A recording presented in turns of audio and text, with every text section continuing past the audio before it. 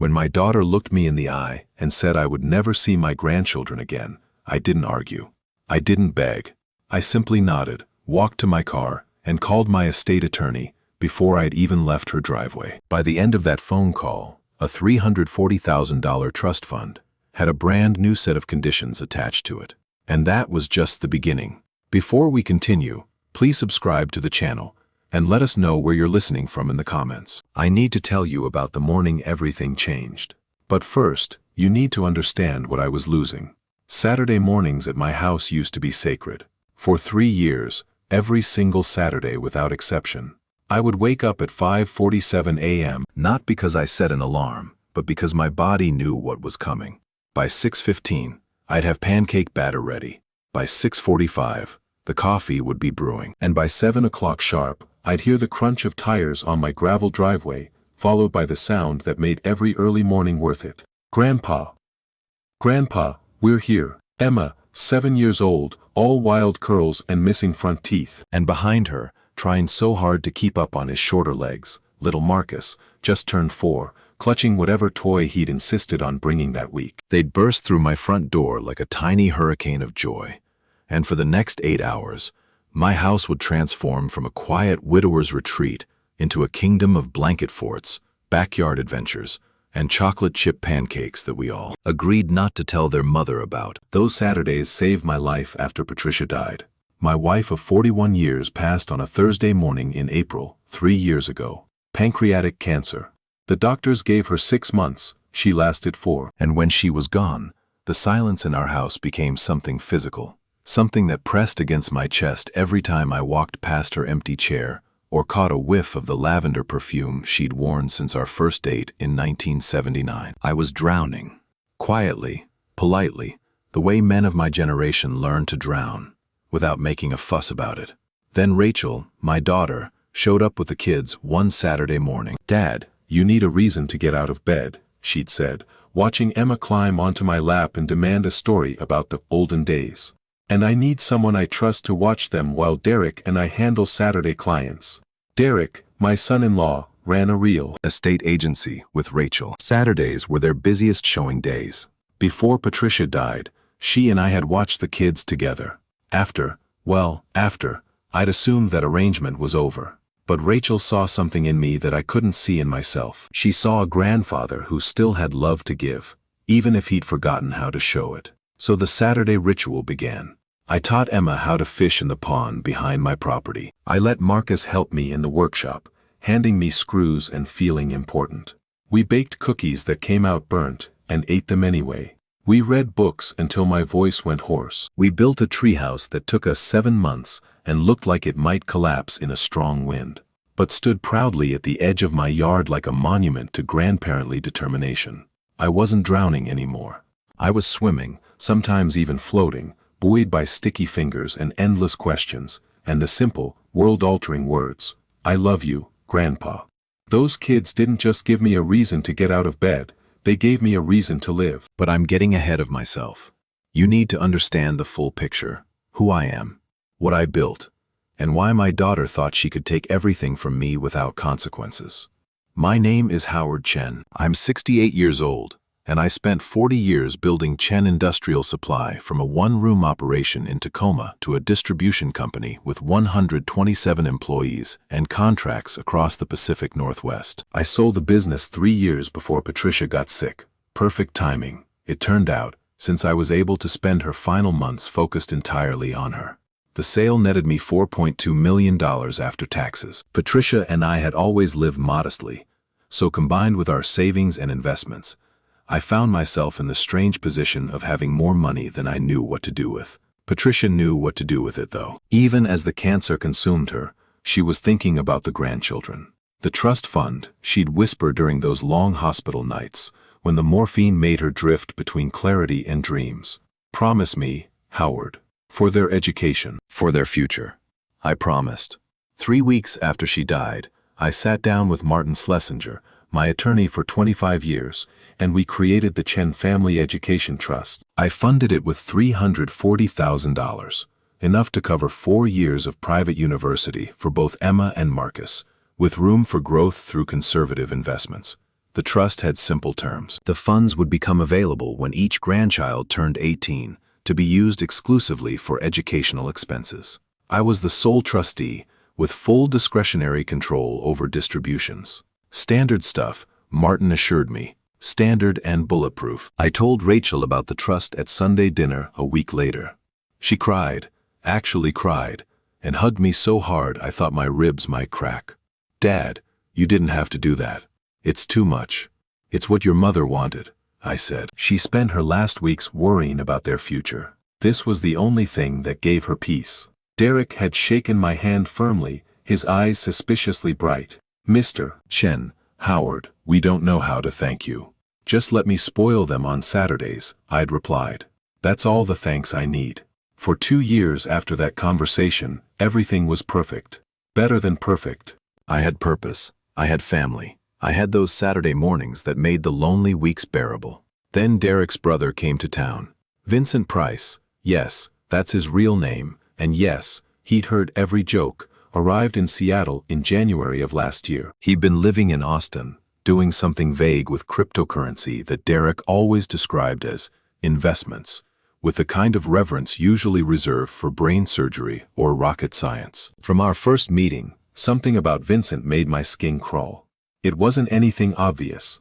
He was polite enough, well-dressed, knew how to make conversation. He complimented my house, asked thoughtful questions about my business career, even brought a decent bottle of wine to dinner. But I'd spent 40 years reading people across negotiating tables. I'd learned to spot the subtle signs that someone was calculating rather than connecting. The way their eyes flicked around a room assessing value, the half-second delay before their smile reached their face, the questions that seemed friendly but were really gathering intelligence. Vincent was calculating. Everything about him was calculated. I mentioned my concerns to Rachel after that first dinner. We were alone in my kitchen, washing dishes while Derek gave Vincent a tour of the backyard. "I don't know, sweetheart. Something about him seems off." Rachel laughed, handing me a plate to dry. "Dad, you think everyone seems off. You thought Derek was off when we first started dating. Derek grew on me. Vincent will too. He's just different because he's from the tech world. They're all a little weird, but he's brilliant. He's already talking about investment opportunities that could double our money in 2 years." A cold finger traced down my spine. "What kind of investment opportunities?" "Oh, I don't know the details. Derek handles that stuff. But Vincent has this whole system for identifying undervalued cryptocurrencies. He made $2 million last year. Did he show you proof of that?" Rachel's expression shifted, just slightly, just for a moment, into something I recognized from her teenage years. Annoyance at her father's paranoia. "Dad, he's Derek's brother." "Family. You don't ask family for financial statements." I wanted to say that you absolutely do ask family for financial statements, especially when they're making promises that sound too good to be true. I wanted to tell her about the 3 times in my career I'd been approached by brilliant investors with guaranteed returns, and how every single one had turned out to be either a fraud or a fool. But I remembered Patricia's voice, gentle but firm, guiding me through 40 years of marriage. "Sometimes you plant a seed and wait, Howard.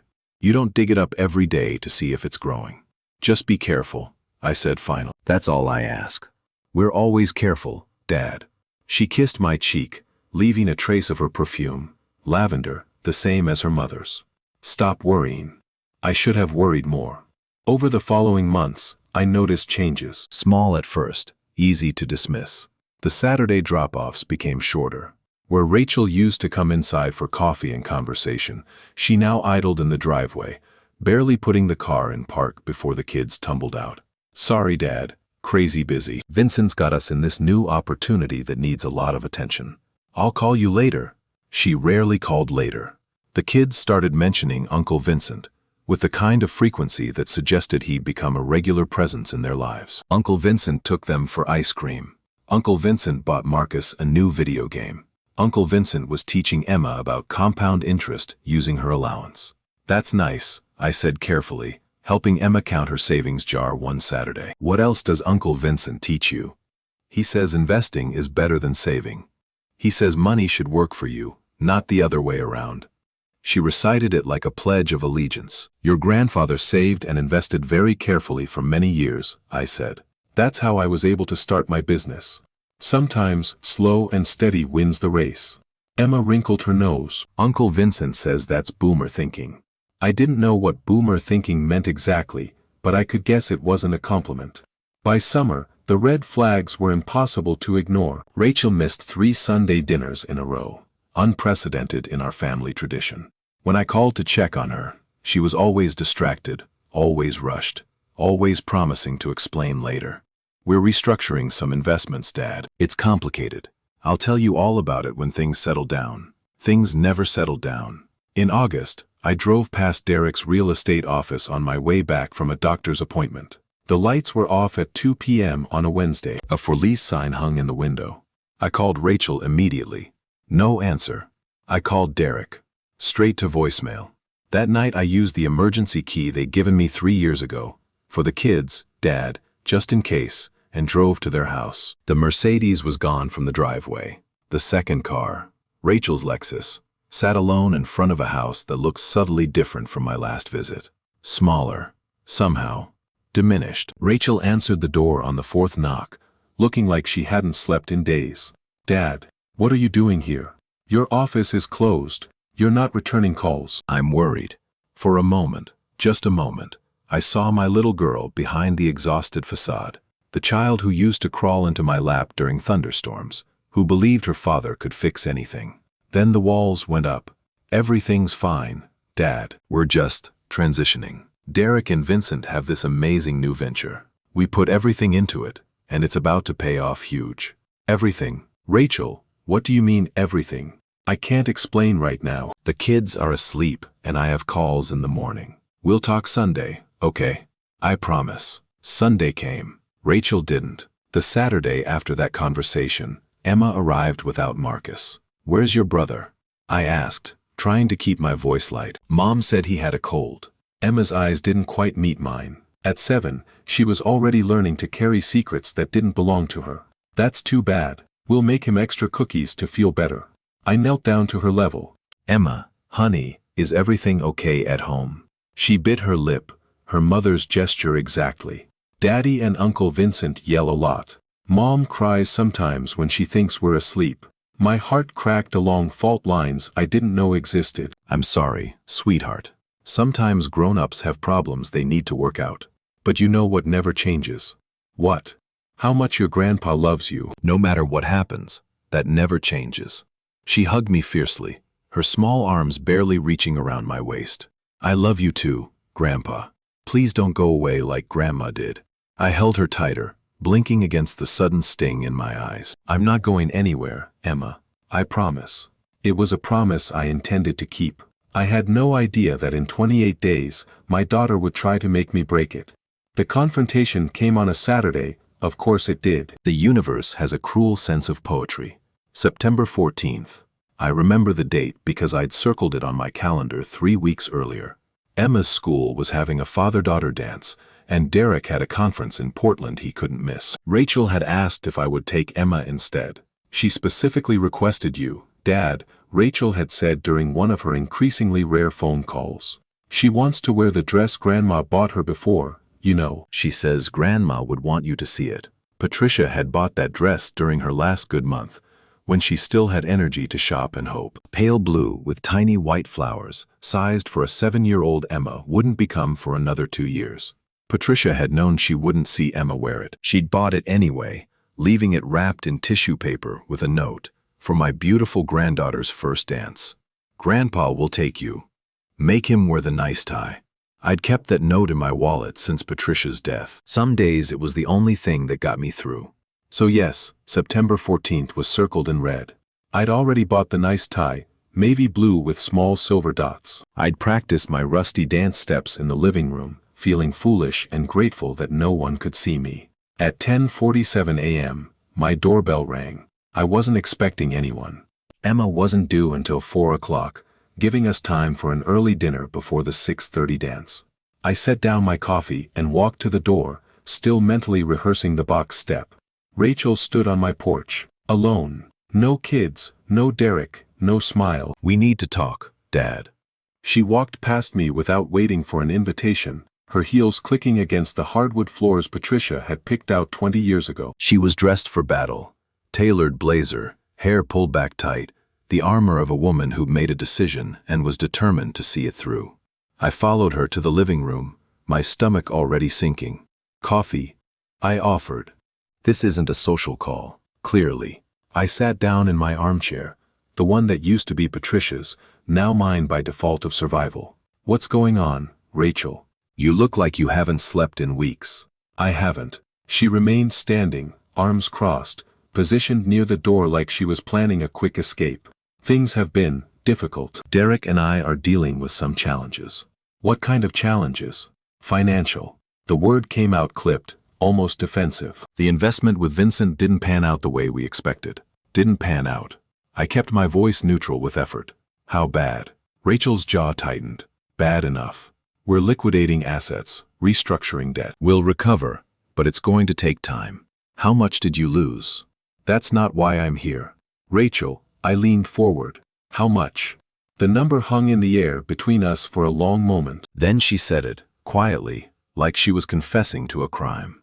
$387,000. Our savings, the business accounts, Derek's retirement fund, everything we built. The number hit me like a physical blow. More than I'd put in the trust fund. More than they'd earned in 3 years combined. And Vincent? Gone. Back to Austin, supposedly. He's not returning calls. Her voice cracked slightly. Derek is devastated. He blames himself for trusting his brother. He should blame his brother for being a con artist. Dad, I warned you. I couldn't keep the anger out of my voice anymore.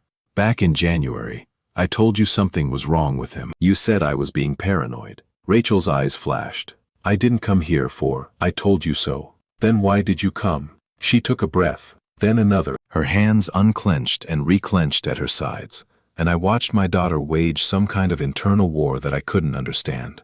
We need help, she said finally. The mortgage is 3 months behind. We're about to lose the house. How much do you need? $47,000 would get us current and give us breathing room to recover. Derek has leads on new real estate partnerships, but they won't materialize for another few months. I did the math automatically. 40 years of business had made it instinct. $47,000 was substantial, but not impossible. I had the money. I could write a check today and save them from foreclosure. But something in Rachel's posture stopped me. The way she wouldn't meet my eyes. The way her right hand kept drifting toward her phone. The way she'd positioned herself between me and the family photos on the mantel. There's something else, I said slowly. Something you're not telling me. Dad. Rachel, I've known you for 42 years. You learned to lie from your mother, and she was better at it than you are. What aren't you saying? The silence stretched long enough to become an answer. Derek thinks. She stopped. Started again. We both think that while we're restructuring our lives, it might be better if the kids had fewer disruptions. Disruptions. Transitions.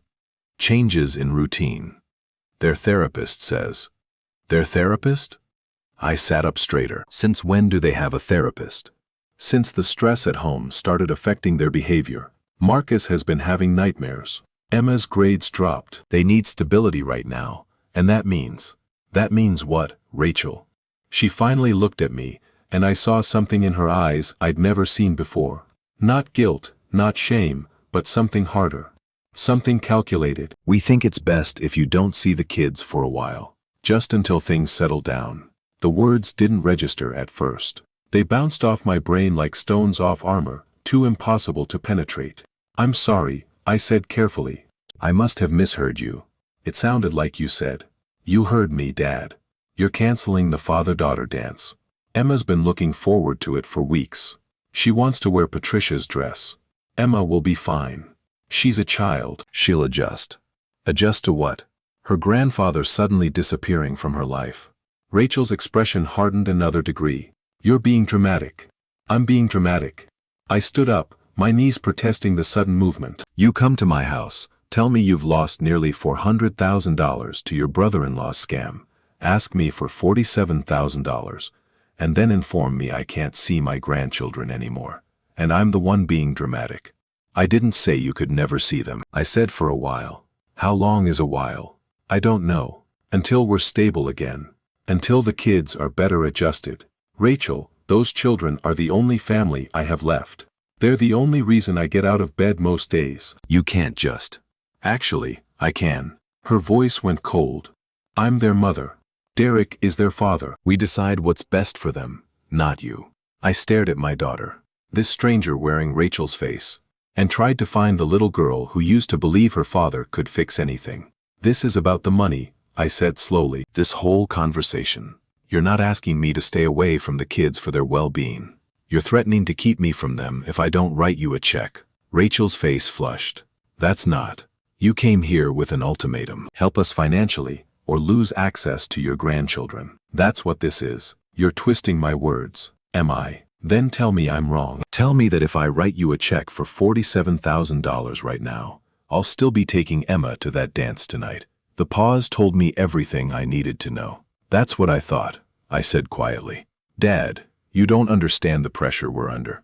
Derek's brother stole everything from us. We're about to lose our home. And you're sitting here in your paid-off house, with your comfortable retirement and your investment accounts, judging us for trying to survive.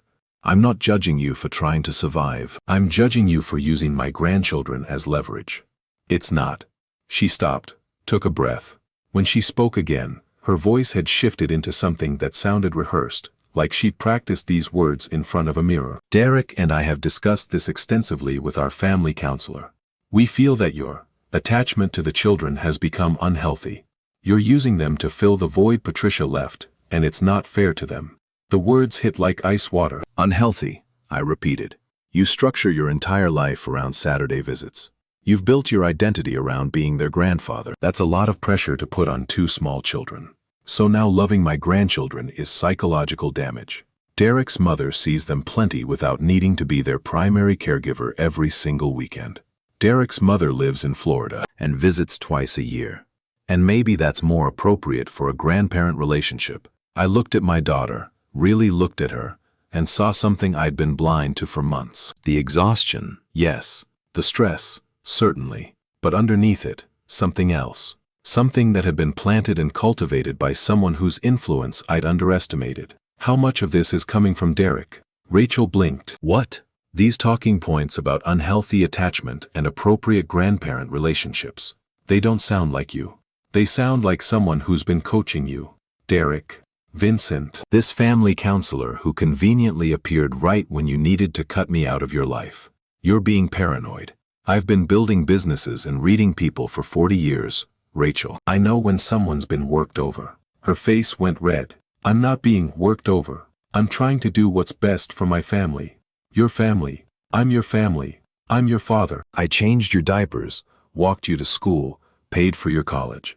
I held your mother's hand while she died, and then kept myself alive because of those children. And now you're standing in my living room telling me I'll never see them again, unless I pay you $47,000. That's not. Let me ask you something. I moved toward her, watching her take an involuntary step back. Does Derek know about the trust fund? Rachel's face went carefully blank, too carefully. What trust fund? The education trust I set up for Emma and Marcus. The one I told you about 3 years ago. The one with $340,000 that's been growing ever since. Dad, that money is for their college. Does Derek know about it? The pause stretched into silence. He knows, I said, answering my own question. And he wants access to it. That's what this is really about. You're not trying to protect the kids from my unhealthy attachment. You're trying to get control of their trust fund. That's insane. Is it? You've lost everything to a con artist. You're desperate. And there's $340,000 sitting in a trust that I control. If you can pressure me, through guilt, through threats, through holding my grandchildren hostage, maybe I'll sign it over. Maybe I'll make Derek a co-trustee. Maybe I'll do something stupid because I can't bear the thought of losing Emma and Marcus. Rachel's carefully composed expression cracked. For just a moment, I saw fear underneath. Fear of being caught. I don't know what you're talking about, she said, but her voice wavered. Get out of my house. Dad. Now. She left without another word. I watched her car back down my driveway, turn onto the street, and disappear around the corner. The September sun was bright and warm, mockingly cheerful for the worst day of my life since Patricia's funeral. I stood in my doorway for a long time, feeling the shape of this new reality settle around me like a shroud. My daughter had just sold her children's relationship with their grandfather for $47,000, and the possibility of accessing $340,000 more. The trust fund, Patricia's dying wish, the money I'd set aside to give Emma and Marcus a future. Derek wanted it. Maybe had wanted it all along. Maybe Vincent's con wasn't the first scheme he'd hatched, just the first one that had failed publicly. I walked back inside on legs that felt wooden and unfamiliar. The house was silent around me. No children's laughter, no sticky fingers, no endless questions about how things worked and why the sky was blue. Just silence. I sat down in my armchair and pulled out my phone. The contact list scrolled past. Rachel, Derek, old friends I'd lost touch with, business associates from another life. Martin Schlesinger, attorney at law. I pressed the call button. Howard. Martin's voice was warm with surprise. We hadn't spoken in months, not since I'd finalized some estate planning updates. How are you? Everything all right? No, I said. Everything is not all right. I need to talk to you about the Grandchildren's Trust Fund, the Education Trust. What about it? I need to know my options. For protecting it. For making sure that no matter what happens, Derek and Rachel can never touch that money. A pause. Martin had known me long enough to read between the lines. Howard, what's going on? I told him. All of it. Vincent, the lost money, Rachel's ultimatum, the transparent attempt to leverage my grandchildren against me. When I finished, the silence on the other end was heavy with controlled anger. Those bastards, Martin said softly. Patricia was barely cold in the ground when you set up that trust for their kids, and now they're. What are my options? Several. The trust document gives you full discretionary control as sole trustee. You can modify the distribution conditions, add restrictions, even dissolve the trust entirely if you choose. I don't want to dissolve it. That money is for Emma and Marcus's education. Patricia wanted that.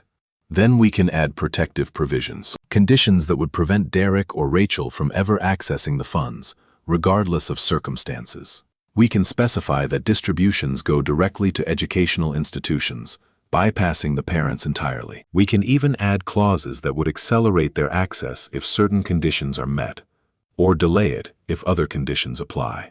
I thought about Emma, who wanted to be a marine biologist, about Marcus, who was already showing an aptitude for building things, just like his grandfather.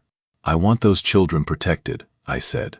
From their parents, if necessary.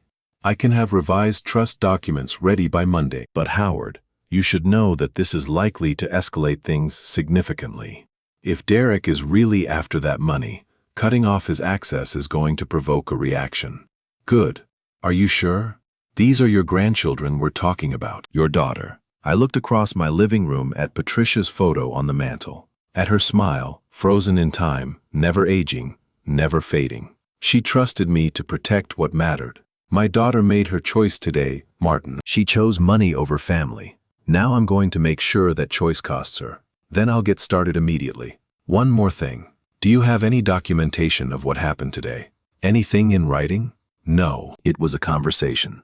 Then I'd suggest you start documenting everything from this point forward. Dates, times, what was said. If this ends up in court, contemporaneous records will be invaluable. Court. The word landed like a stone in still water. You think it's going to come to that? Howard, if Derek is desperate enough to have his wife shake down her own father using his grandchildren as leverage, he's desperate enough for almost anything. Protect yourself. Protect those kids. And call me if anything else happens. I will. Thank you, Martin. I ended the call and sat in the growing shadows of my empty living room. The father-daughter dance was starting in 6 hours. Emma was going to wait for me, for her grandfather, wearing grandma's dress, ready to dance. But I wouldn't be there, and I might never be there again. I didn't sleep that night. Instead, I sat at my kitchen table with a yellow legal pad and wrote down everything I could remember about the past 9 months. Every conversation, every strange comment, every red flag I'd dismissed because I wanted to believe the best about my daughter. By morning, I had 14 pages of notes and a picture that made me sick to my stomach. Vincent hadn't been the only con artist in this story. He'd just been the one who'd failed first. Derek had been playing a longer game, The week after Rachel's ultimatum was the longest of my life, longer than the week Patricia spent dying, longer than the months of silence after her funeral. At least during those dark times, I'd had the promise of Saturday mornings to anchor me. Now I had nothing but questions. I started with Google, the modern detective's first tool. Derek Price, Seattle real estate. The search returned his professional headshot, some outdated listings, and a LinkedIn profile that hadn't been updated in 8 months. Nothing unusual for a struggling agent in a tough market. But I wasn't looking for the surface. I was looking for the foundation. Derek had married Rachel 11 years ago, back when I was still running Chen Industrial and Patricia was healthy, and our biggest worry was whether the grandchildren would inherit her stubbornness or my temper. He'd seemed solid then, charming, ambitious, devoted to my daughter. Patricia had approved, and Patricia's judgment about people was rarely wrong. Except this time. I dug deeper. Court records were public in Washington state, and the internet had made accessing them almost too easy. I typed Derek's name into the King County Superior Court database and waited. 3 results. The first was a civil judgment from 2009, 4 years before he met Rachel. Defendant, Derek Allen Price. Plaintiff, Margaret Chen, Investment Group. Amount, $34,000 plus interest. My hands went cold on the keyboard. Margaret Chen, no relation to me, probably. Chen is a common name, but the coincidence felt like a sign. I clicked through to the case details. Derek had been sued for failure to repay a personal loan. The judgment had been entered when he failed to appear in court. Unpaid. Status, collections. The second result was from 2011. Another civil case, this one from a former business partner claiming Derek had misappropriated funds from a joint real estate venture. The case had been settled out of court, terms undisclosed. The third result stopped my breath entirely. Family court. In the matter of Price v. Price. Derek had been married before. I sat back in my chair, staring at the screen until the words blurred. 11 years of Sunday dinners, birthday parties, and Christmas mornings. 11 years of welcoming this man into my family. He'd never mentioned a previous marriage. Not once. I clicked through to the divorce records, but the details were sealed. Standard practice for family court proceedings. All I could see was the filing date, the final decree date, and the names of the parties. Derek Allen Price and Vanessa Marie Price, née Sullivan. I wrote the name on my legal pad, circling it twice. Then I opened a new browser tab and started searching. Vanessa Sullivan wasn't hard to find. She'd remarried 5 years ago, moved to Portland, and now worked as an office manager for a dental practice. Her Facebook profile was semi-public, showing photos of her new family. Husband, 2 kids, a golden retriever named Biscuit. She looked happy, the kind of happy that comes from escaping something. I found her work email through the dental practice's website. For 20 minutes, I stared at a blank message, trying to figure out what to say. Hello, I'm the father-in-law of your ex-husband, and I think he might be running some kind of long-term financial scheme against my family. Would you like to get coffee and discuss? In the end, I kept it simple. Dear Ms. Sullivan, my name is Howard Chen. I'm the father of Rachel Price, who is married to your ex-husband Derek. I'm reaching out because I have some concerns about my daughter's situation, and I believe you might have information that could help me understand what I'm dealing with. I would greatly appreciate the opportunity to speak with you at your convenience. This is a private matter, and I give you my word that anything you share will remain confidential. Thank you for your time. Sincerely, Howard Chen. I attached my phone number and pressed send before I could second-guess myself. Then I went to make coffee and wait. She called within 3 hours. Mr. Chen. Her voice was careful, guarded. This is Vanessa Sullivan. I got your email. Thank you for calling. I know this must seem strange. It doesn't seem strange at all. A pause. I've been waiting for this call for 11 years. We met the next day at a coffee shop in Tacoma, neutral territory between Seattle and Portland. Vanessa had driven up that morning, which told me everything I needed to know about how seriously she was taking this conversation. She was younger than I expected, early 40s, with the kind of cautious eyes that came from hard experience. She'd arrived before me and chosen a corner table with a clear view of the entrance. Old habits, maybe. The habits of someone who'd learned to watch for danger. Mr. Chen, she half rose to shake my hand. Thank you for reaching out. Thank you for meeting me. And please, call me Howard. I ordered coffee. She already had tea, untouched and cooling in front of her. For a moment, we just looked at each other. Two strangers connected by the same bad decision. You said you've been waiting for this call, I said finally. What did you mean? Vanessa wrapped her hands around her teacup, though she didn't drink. Derek has a pattern, Howard. I recognized it the moment I saw his wedding announcement in the paper. I thought about reaching out then, warning your daughter, but she shrugged. Who would believe me? The bitter ex-wife, trying to ruin her former husband's happiness. What pattern? He finds families with money, older money, preferably, the kind that comes with aging parents and eventual inheritances. He makes himself indispensable to the younger generation, the son or daughter who controls access. And then he works his way in. The words landed like hammer blows, each one driving the nail deeper. How long were you married? 4 years. Long enough for him to drain my trust fund, $180,000 that my grandmother left me, and run up $60,000 in credit card debt in my name. She laughed bitterly. I was 28 years old, and so in love I couldn't see what was happening until it was too late. What made you finally see? My father. He's a forensic accountant. Spent his career tracking financial fraud for the IRS. When I mentioned some of Derek's investment ideas, Dad started asking questions. Questions Derek couldn't answer. Within 2 months, Dad had documented the whole scheme. And that's when you filed for divorce. Vanessa nodded. Derek didn't fight it. Just disappeared. Signed the papers, took what was left of my money, and vanished. I didn't hear anything about him for years until I saw the wedding announcement. Rachel Chen, daughter of Howard Chen, founder of Chen Industrial Supply. She met my eyes. I looked you up. Your company was worth millions. You were exactly his type. My coffee sat untouched, going cold. What about Vincent, Derek's brother? I never met anyone named Vincent. Derek told me he was an only child. Both parents dead.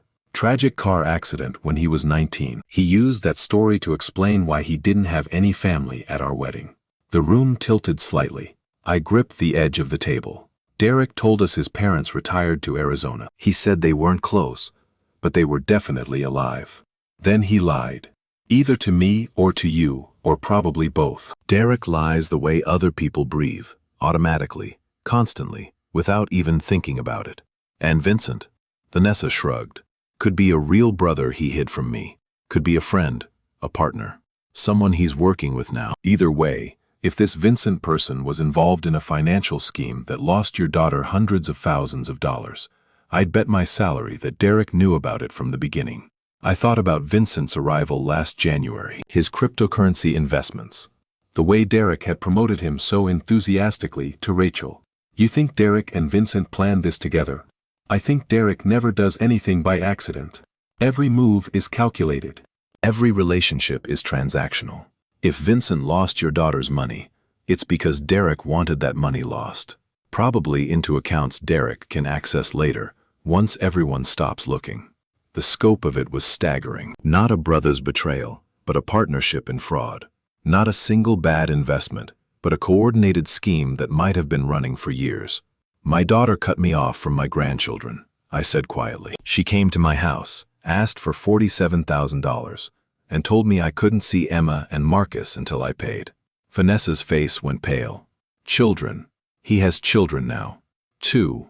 Emma is 7, Marcus is 4. God.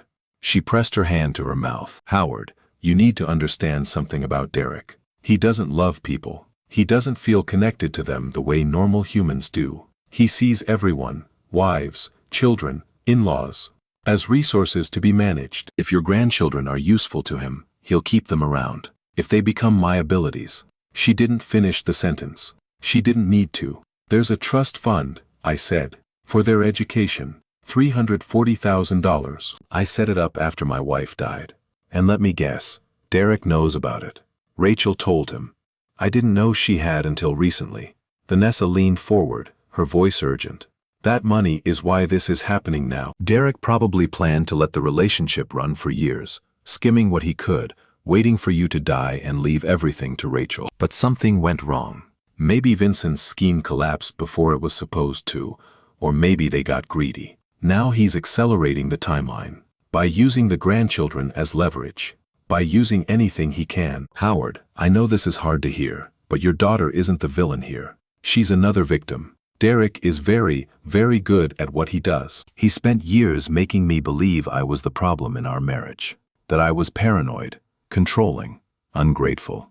By the time I realized the truth, I barely recognized myself. I thought about Rachel's rehearsed speech, the talking points about unhealthy attachment and appropriate grandparent relationships, the cold calculation in her eyes. She didn't sound like a victim, I said. She sounded like someone who'd made a choice. That's what he wants you to think. Isolation is his primary tool. He'll separate Rachel from everyone who might help her see the truth. Friends, family, especially you. If you're out of the picture, there's no one left to challenge his narrative. So what do?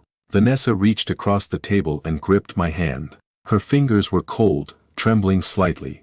You fight, not just for yourself, but for those children. Derek will use them up and throw them away the same way he used me, the same way he's using your daughter. You're the only one who can stop him. I drove home in a daze, my mind churning through everything Vanessa had told me. Derek's previous marriage, his pattern of targeting wealthy families, the lies about his parents, about his brother, about everything.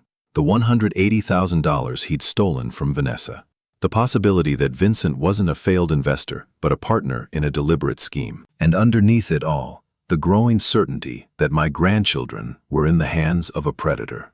Back home, I pulled out my legal pad and added Vanessa's information to my growing timeline. Connections formed, patterns emerged. 2008, Derek marries Vanessa, drains her trust fund over 4 years. 2012, divorce finalized, Derek disappears. 2013, Derek appears in Seattle, meets Rachel at a real estate networking event. 2014, they marry. Derek becomes part of the Chen family. 2015 to 2020, years of Sunday dinners, relationship building, trust accumulation. 2020, Patricia dies. I create $340,000 trust fund for grandchildren. 2021 to 2023, regular financial support to Derek and Rachel, $2,800 per month. 2024, January, Vincent arrives. 2024, August. Investment scheme collapses, $387,000 lost. 2024, September, Rachel cuts me off from grandchildren, demands $47,000. The timeline told a clear story. Derek had been playing a long game from the beginning, inserting himself into our family, waiting for Patricia to die, positioning himself to access the trust fund and whatever inheritance might follow. Vincent's appearance had accelerated things, but the plan had been in motion for over a decade. I was dealing with a professional. But I'd spent 40 years building a business in an industry full of people who'd happily take advantage of weakness. I knew how to handle professionals. I picked up my phone and called Martin. Howard, did something else happen? I need to meet with you tomorrow. Bring everything you have on the trust fund.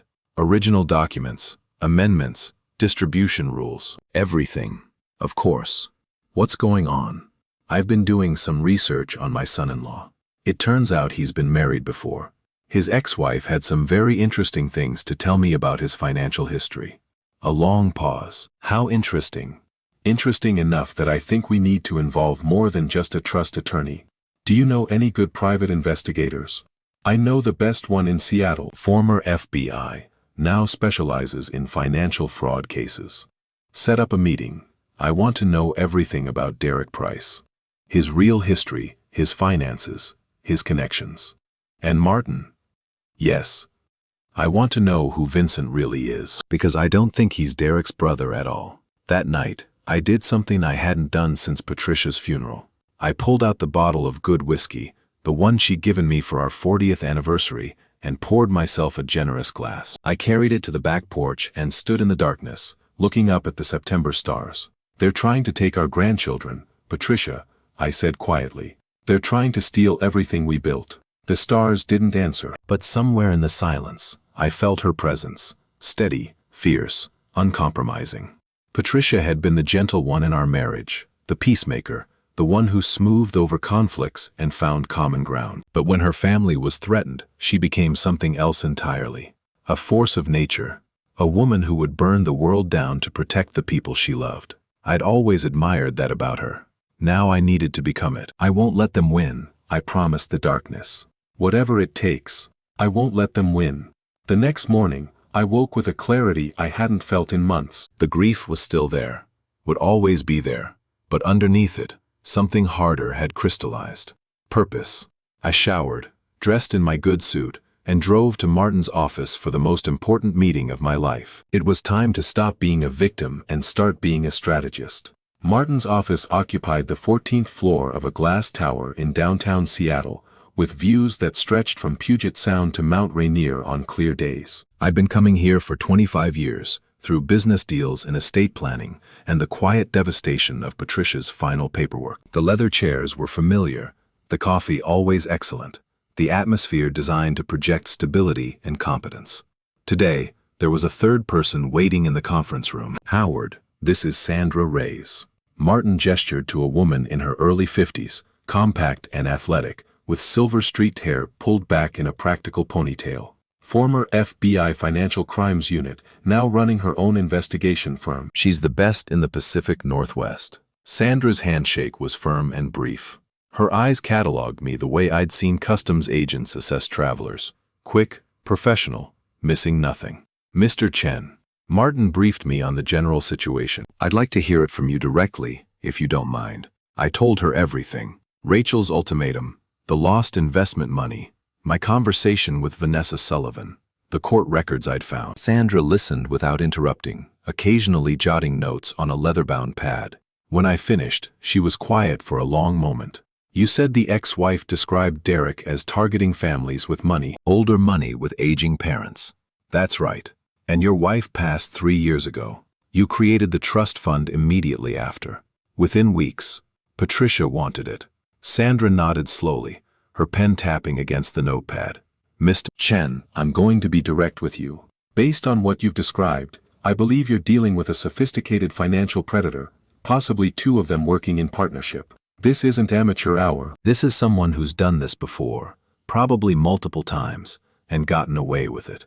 Vanessa mentioned $180,000 from her trust fund. That's one victim we know about. In my experience, there are usually more. Predators like this don't just stop, they refine their techniques and move on to bigger targets. She paused. Your family represents a significant step up from an $18,000 trust fund. The implication hung in the air. I was a bigger target, a more valuable mark. What do you need from me? I asked. Access. Permission to dig into Derek's financial history, employment records, any documentation you have about his background. I'll also need information about this Vincent character, physical description, any photos, whatever contact details your daughter might have shared.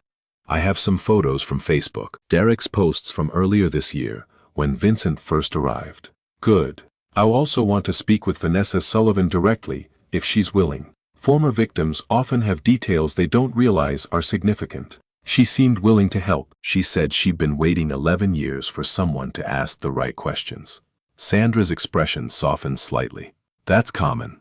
Victims of financial predators often carry guilt about not stopping them sooner. Helping expose the scheme can be therapeutic.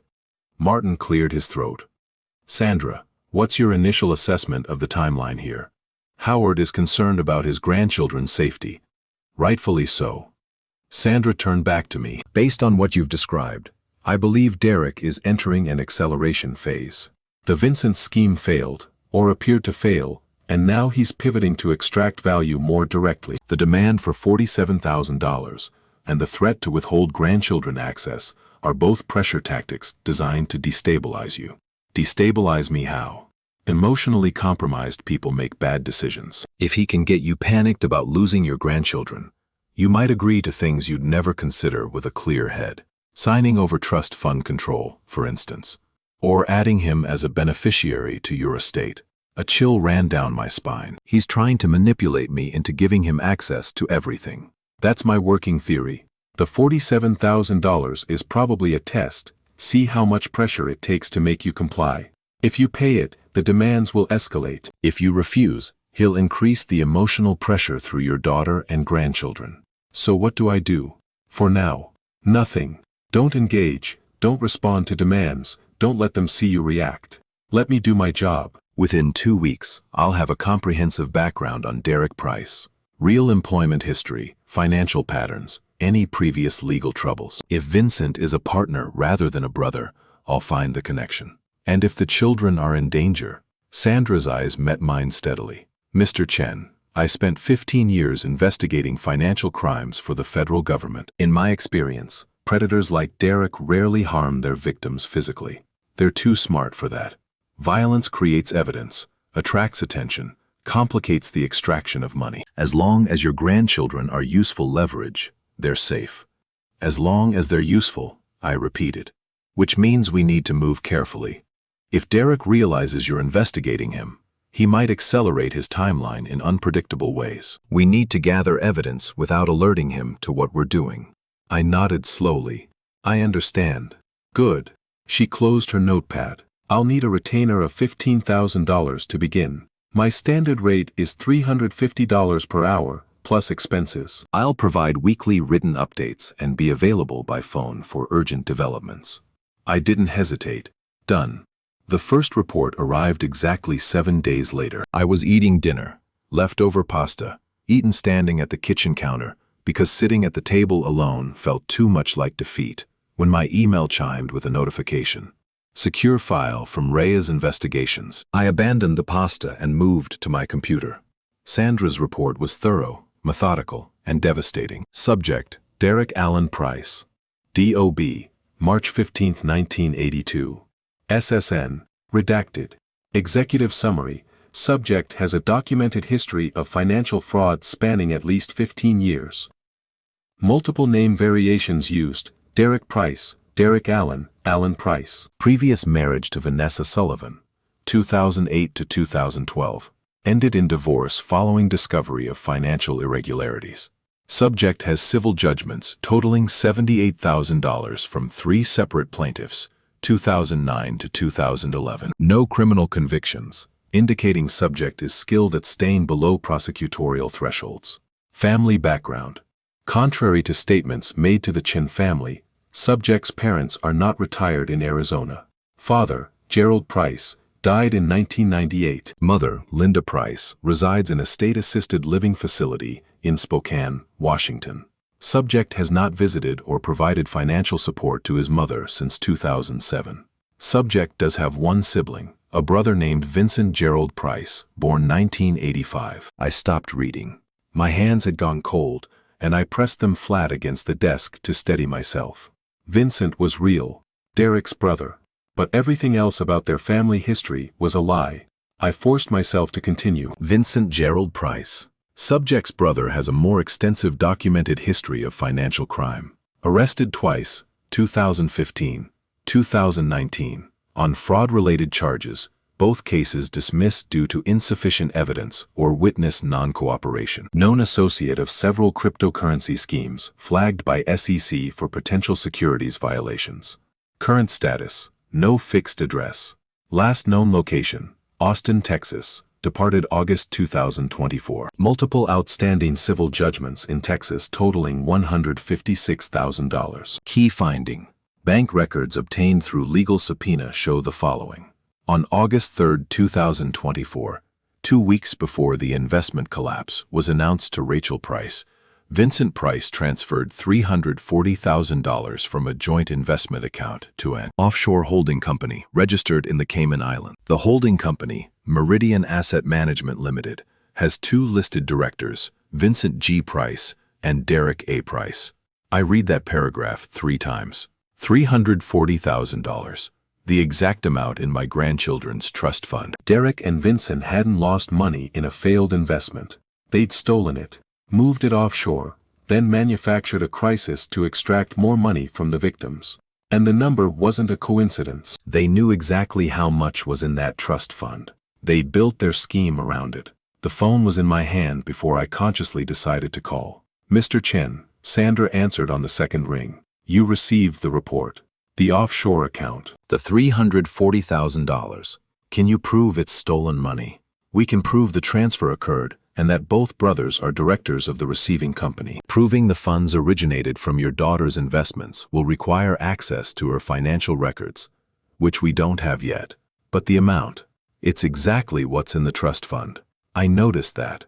It's possible it's a coincidence. It's also possible Derek has been building toward this number deliberately, knowing that if he could somehow access the trust, it would double their extraction. They're going to come after the trust fund next. Almost certainly. The $47,000 demand was likely a test. When you refused, they probably moved to a longer-term strategy, using the grandchildren as leverage to eventually gain control of the trust assets. I stared at the report on my screen, at the damning evidence laid out in clinical detail. What do we do now? Now we have options. This information is enough to file a civil fraud complaint against both brothers. We could potentially involve federal authorities, given the offshore transfers. But what? If we go that route, your daughter becomes collateral damage. She's likely to face serious questions about her involvement, even if she was only a victim. And the legal process could take years, during which your relationship with your grandchildren remains severed. What's the alternative? We continue gathering evidence, build an airtight case, and then, when the time is right, we use that evidence strategically. Not in a courtroom, but in a confrontation where Derek has no escape route. You're talking about leverage. I'm talking about giving you the power to dictate terms. Right now, Derek controls the narrative. He has your daughter, your grandchildren, and the threat of complete estrangement. But if you have documented proof of his crimes, proof that could put him in federal prison, suddenly the balance shifts. I thought about Patricia, about her fierce protectiveness, her unwillingness to let anyone threaten her family. She would have understood this strategy. She would have endorsed it. Keep digging, I said. I want everything. Every scheme, every victim, every dollar he's stolen. When we finally confront him, I want him to know there's no lie that can save him. That's exactly what I intend to deliver. The second report came 10 days later. This one was longer. 43 pages of documented fraud stretching back to 2006. Derek Price had left a trail of victims across 3 states. A widow in Portland who'd lost $95,000 to an investment partnership that evaporated overnight. A retired teacher in Boise who'd refinanced her home based on Derek's financial advice, then watched the money disappear into a company that existed only on paper. A small business owner in Sacramento who'd brought Derek in as a consultant and ended up losing his entire inventory to a manufactured bankruptcy. In every case, the pattern was the same. Derek identified vulnerable people with accessible assets. He built trust over months or years. He introduced financial opportunities that seemed too good to pass up. And then, when the money was in his hands, he vanished, leaving behind confused victims who couldn't prove anything in court. Vincent appeared in several of these schemes, sometimes as a partner, sometimes as the expert who validated Derek's recommendations. They'd been working together for at least a decade, and now they had their hooks in my family. I spent a full day reading Sandra's report, making notes, cross-referencing the timeline of Derek's crimes with his relationship milestones with Rachel. 2013. Derek meets Rachel at networking event, 6 months after Sacramento scheme concludes. 2014. Marriage. Derek establishes himself in Chen family. 2015 to 2019. Building phase. No major extractions. Focus on trust development. 2020. Patricia dies. Trust fund created. Derek's first knowledge of accessible assets. 2021 to 2023. Monthly support. Extractions begin. 2,800 times 36 months equals $100,800. 2024.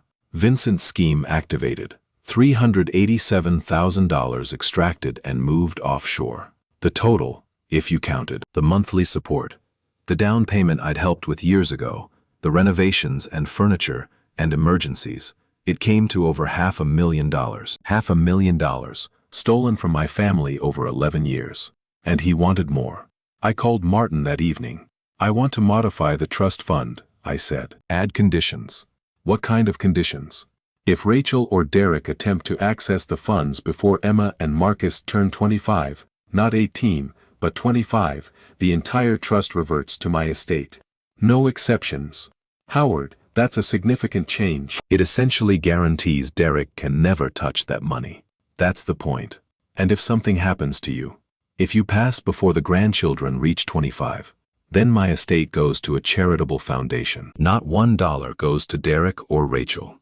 A long pause. You're cutting your daughter out of your will. I'm protecting my grandchildren from a predator. If Rachel is truly a victim, as Vanessa suggested, then the best thing I can do is remove any financial incentive for Derek to stay in her life. If he can't get money from my family, maybe he'll finally leave her alone. And if she doesn't see it that way? I thought about Emma, learning about compound interest from Uncle Vincent, about Marcus having nightmares from the stress in his home, about my daughter, standing in my living room with calculated coldness in her eyes. Then she'll hate me, and I'll live with that. But at least my grandchildren will have a future that Derek can't steal from them. I'll draft the amendments tomorrow. Thank you, Martin. That night, I sat on my back porch with the good whiskey and Patricia's photo, watching the stars appear one by one. I'm going to get them back, I told her. Emma and Marcus. I'm going to make sure they're safe, and then I'm going to find a way back into their lives. I promise. The stars glittered overhead, cold and distant. Somewhere across the city, my grandchildren were sleeping in a house built on lies, surrounded by people who saw them as nothing more than tools for extraction. But not for much longer. I had evidence now, I had a plan, and I had something Derek had never counted on.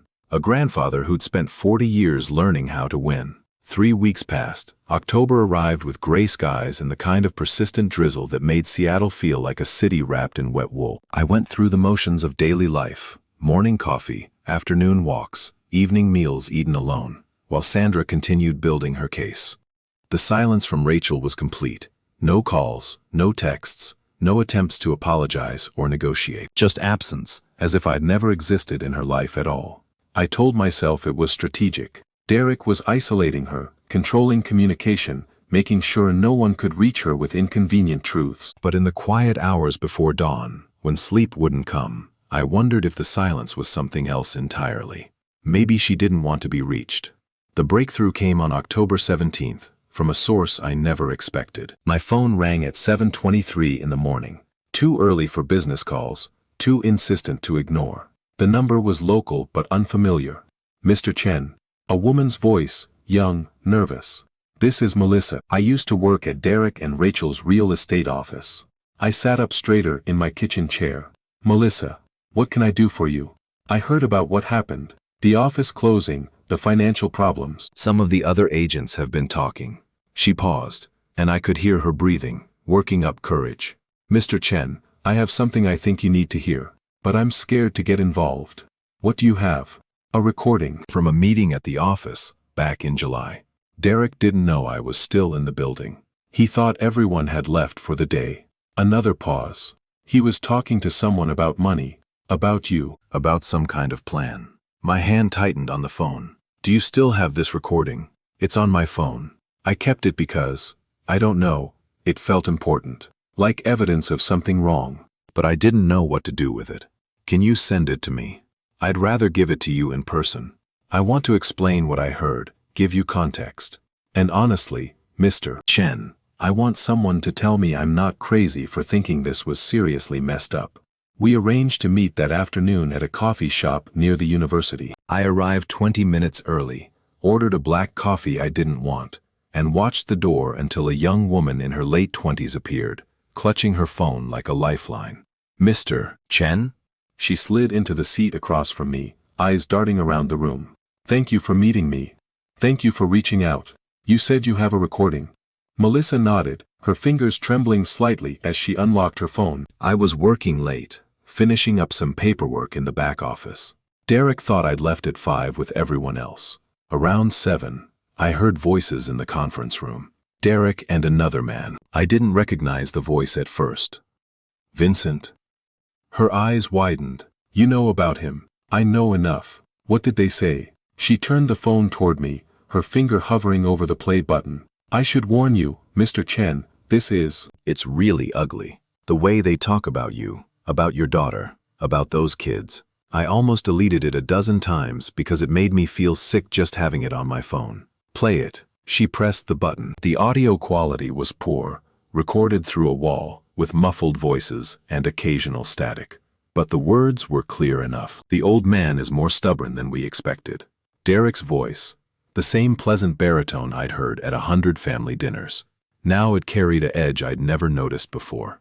He's supposed to be desperate without those kids. Instead, he's just sitting in his house, like a spider, waiting for something. Give it time.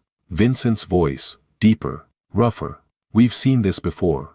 The lonely grandparents always break. They can't stand being cut off from the grandkids. Another month, maybe 2, and he'll be begging Rachel to take him back. And when he does, then we start the real extraction. The trust fund first. That's the easy money. Get Rachel to convince him to add her as co-trustee. Something about making it easier to manage. Once she's on the paperwork, we have access. He's not stupid, Vince. He didn't build that company by trusting people blindly. No, but he's old, grieving, desperate to see those grandkids before he dies. Old men with dying wishes make stupid decisions. That's literally why we're here. Derek laughed. The sound made my stomach turn. And after the trust fund, his estate, the house is worth what? $1.2 million. Plus whatever savings he's sitting on. Rachel's the only heir, right? Only child. Her mother died 3 years ago. Perfect. So we work on the will next. Get Rachel to push for updates, adding her name to accounts, making her executor, that kind of thing. By the time the old man kicks it, everything flows straight to us. And if he doesn't cooperate, Vincent's voice dropped lower, harder to hear. Then we find other pressure points. Everyone has something they care about more than money. For Chen, it's those grandkids. If being cut off doesn't break him, we threaten something worse. Like what? Like moving, taking the kids to another state. California, maybe. Or overseas. Rachel always talked about wanting to live in Europe. Tell the old man that if he doesn't sign over the trust fund, he'll never see Emma and Marcus again. Not cut off for a few months. Gone forever. A long pause. Then Derek spoke again. That seems extreme. Derek. Vincent's voice was patient, condescending. We've been working this family for 11 years. 11 years of Sunday dinners and pretending to care about that old man's boring business stories and listening to Rachel whine about her mother's cancer. 11 years of investment. The payout needs to match the effort. I know. You're not getting soft, are you? Because if you're having second thoughts, I can find another partner for the next job. Someone who understands that marks aren't people. They're ATMs with feelings, and our job is to push the right buttons until the money comes out. I'm not getting soft. Good. Because we're so close, Derek. The trust fund, the estate, everything the old man built. It's all going to be ours. We just need to stay patient and keep Rachel in line. Rachel's not a problem. She believes whatever I tell her. She's been useful, I'll give her that. Pretty enough to attract the old man's approval. Dumb enough to think the investment losses were real. If she ever figures out what we've been doing. She won't. Rachel's too invested in believing our life is real. Admitting the truth would mean admitting she's been a fool for a decade. She'd rather stay blind than face that. The recording ended with the sound of chairs scraping against floor. Footsteps moving away. Silence. Melissa was watching my face, her own expression caught between fear and sympathy. Mr. Chen, are you okay? I wasn't okay. I wasn't sure I'd ever be okay again. When was this recorded? My voice sounded distant, like it belonged to someone else. July 23rd. About 6 weeks before everything fell apart. 6 weeks before they announced the investment losses. 6 weeks before Rachel came to my house with her ultimatum. They'd been planning it all along. Every word Rachel had spoken about healthy boundaries and appropriate grandparent relationships had been scripted by her husband. Every cold glance, every calculated demand, every moment of cruelty had been part of a scheme designed to break me down and extract maximum value. ATMs with feelings. Marks aren't people. 11 years of investment. Can you send me that file? I asked. Of course. Melissa's fingers flew across her screen. A moment later, my phone buzzed with the incoming audio file. Mr. Chen, what are you going to do? I looked at this young woman who'd risked her own position to bring me evidence that could destroy my son-in-law, who'd kept the recording for months, waiting for someone to tell her she wasn't crazy. I'm going to make sure they never hurt anyone else, I said. And I'm going to get my grandchildren back. Can I help somehow? I feel like I should have done something sooner. If I'd gone to the police back in July, you're helping now. That's what matters. I reached across the table and squeezed her hand briefly. If I need a witness later, would you be willing to testify about what you heard? She nodded without hesitation. Whatever you need. Those guys, They're not just scammers, Mr. Chen. They're predators. The way they talked about you, about Rachel, like you were just things to be used up. nobody should get away with that. They won't. I listened to the recording 17 times that night. Each time, new details emerged. The casual cruelty in Vincent's voice, the rehearsed quality of Derek's responses. The way they discussed my daughter like she was an employee who'd served her purpose and might need to be managed going forward. Rachel's too invested in believing our life is real. That line haunted me more than all the talk of money and extraction. Because underneath the anger, underneath the betrayal, I could finally see the truth that Vanessa had tried to tell me. My daughter wasn't the co-conspirator. She was the longest-running victim. Derek had spent 11 years molding her, manipulating her, separating her from everyone who might help her see the truth. He'd married her not because he loved her, but because she was the key to accessing my family's resources. Every moment of their relationship had been a performance. And Rachel, desperate to believe in the life she'd built, had convinced herself it was real. If she ever figures out what we've been doing, she'd rather stay blind than face that. I thought about the woman who'd stood in my living room delivering rehearsed talking points about healthy boundaries. The coldness in her eyes hadn't been calculation. It had been desperation. She was clinging to a lie because the truth was too devastating to face. My daughter wasn't my enemy. She was a hostage who didn't know she'd been captured. But that realization didn't change the immediate problem. As long as Derek controlled Rachel, he controlled my access to Emma and Marcus. As long as Rachel believed in her marriage, she would keep her children away from anyone who threatened it, including me. I needed to break that control. Not by attacking Rachel. That would only push her deeper into Derek's arms. But by showing her proof she couldn't deny. Evidence so overwhelming that even someone desperate to stay blind would be forced to see. And I had that evidence now. Sandra's investigation reports, Vanessa's testimony, Melissa's recording, court documents and bank records, and a trail of victims stretching back 15 years. All I needed was the right moment to use it. The right moment came sooner than expected. Sandra called the next morning with news that changed everything. Howard, I need you to sit down. I'm sitting. What is it? I've been monitoring Derek's financial activity through some creative channels. Legal, but creative. This morning, he made a significant purchase. What kind of purchase? 3 plane tickets to Lisbon, Portugal. One way. Departing November 15th. The blood drained from my face. He's running. He's taking them overseas. It appears that way. The tickets are for Derek, Rachel, and both children. That's less than a month away. 28 days.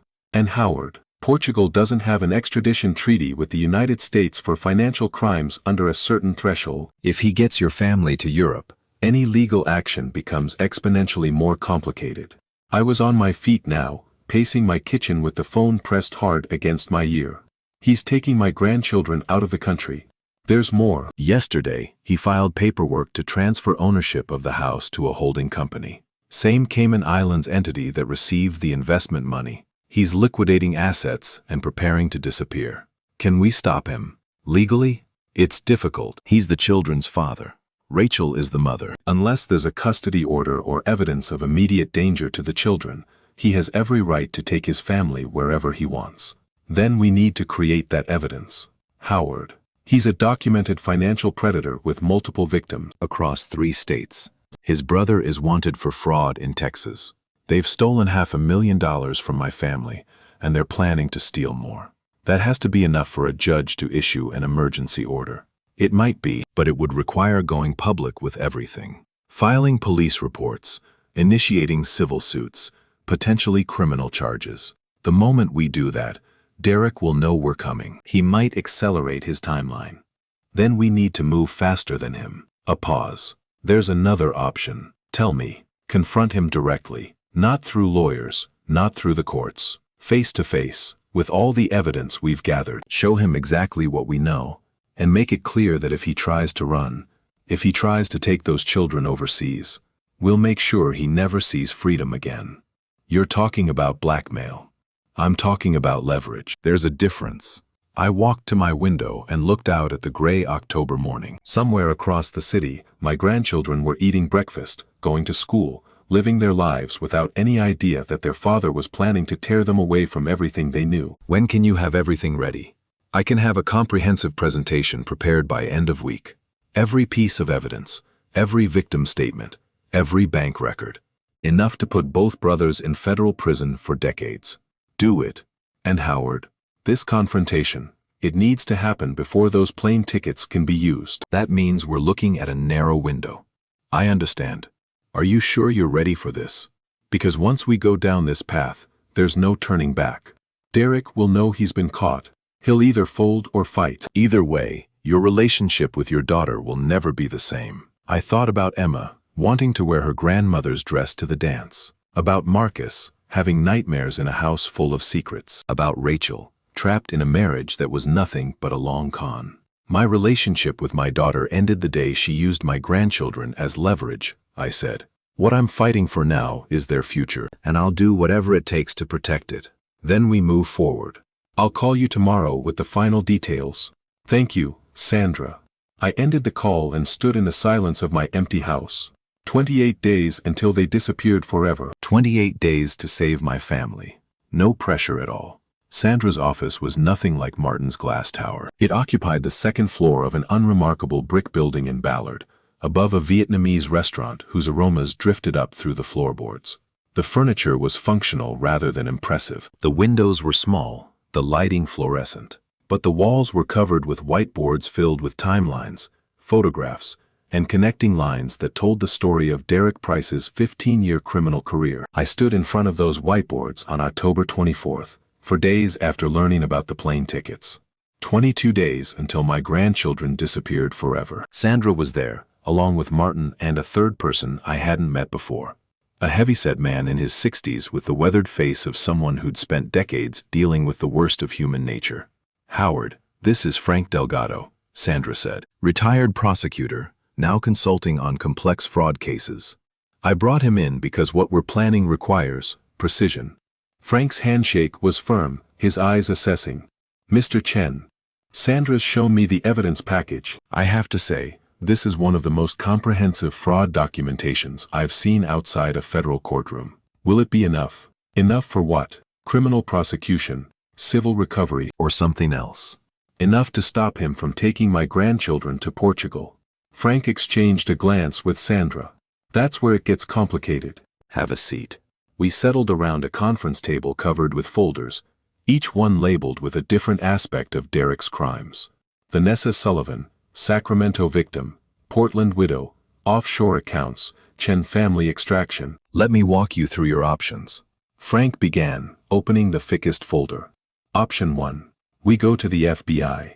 The offshore transfers, the wire fraud, the pattern of criminal activity across state lines. It's a federal case. They could arrest Derek within 48 hours. That sounds ideal, I said. It sounds ideal, but here's the reality. Federal investigations take time. Even with everything we have, they'd want to verify sources, conduct their own interviews, build a case that can survive defense attorneys. We're talking weeks minimum, probably months. And during that time, Derek remains free and aware that he's under investigation. He'd run. Almost certainly. The moment he smells federal heat, he activates those plane tickets early. What about a civil approach? Martin leaned forward. We could file an emergency motion to freeze his assets, prevent him from leaving the jurisdiction. But that requires going before a judge, presenting our evidence, and hoping for a favorable ruling. Even in the best case, that takes a week to schedule. And Derek would be notified as soon as the motion was filed. So he runs again. Or he destroys evidence. Or he coaches Rachel on what to say. Or he finds some other way to wriggle out. Martin shook his head. I've seen it happen too many times. Sophisticated fraudsters know how to game the legal system. They use delay and misdirection until the evidence becomes stale, or the victims run out of resources to pursue them. I looked at the whiteboards, at the web of crimes and victims stretching back over a decade. Then what's option 3? Sandra stood and walked to the largest whiteboard, the one focused on the Chen family timeline. Option 3 is what I mentioned on the phone.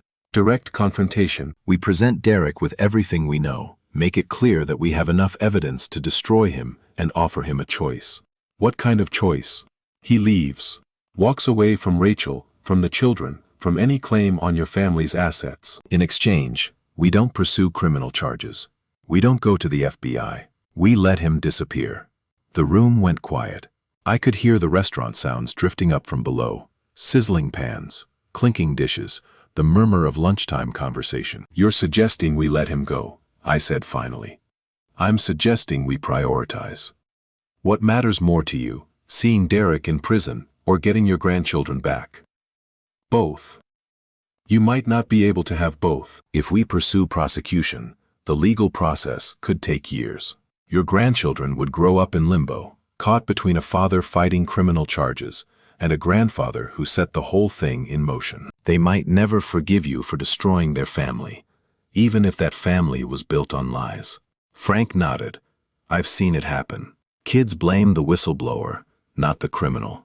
They're too young to understand the nuance. All they know is that Grandpa sent Daddy to prison. But if we let him go, he'll do this to someone else. Another family, another set of victims. Sandra's expression was sympathetic but firm. Probably. Men like Derek don't reform. They just find new targets.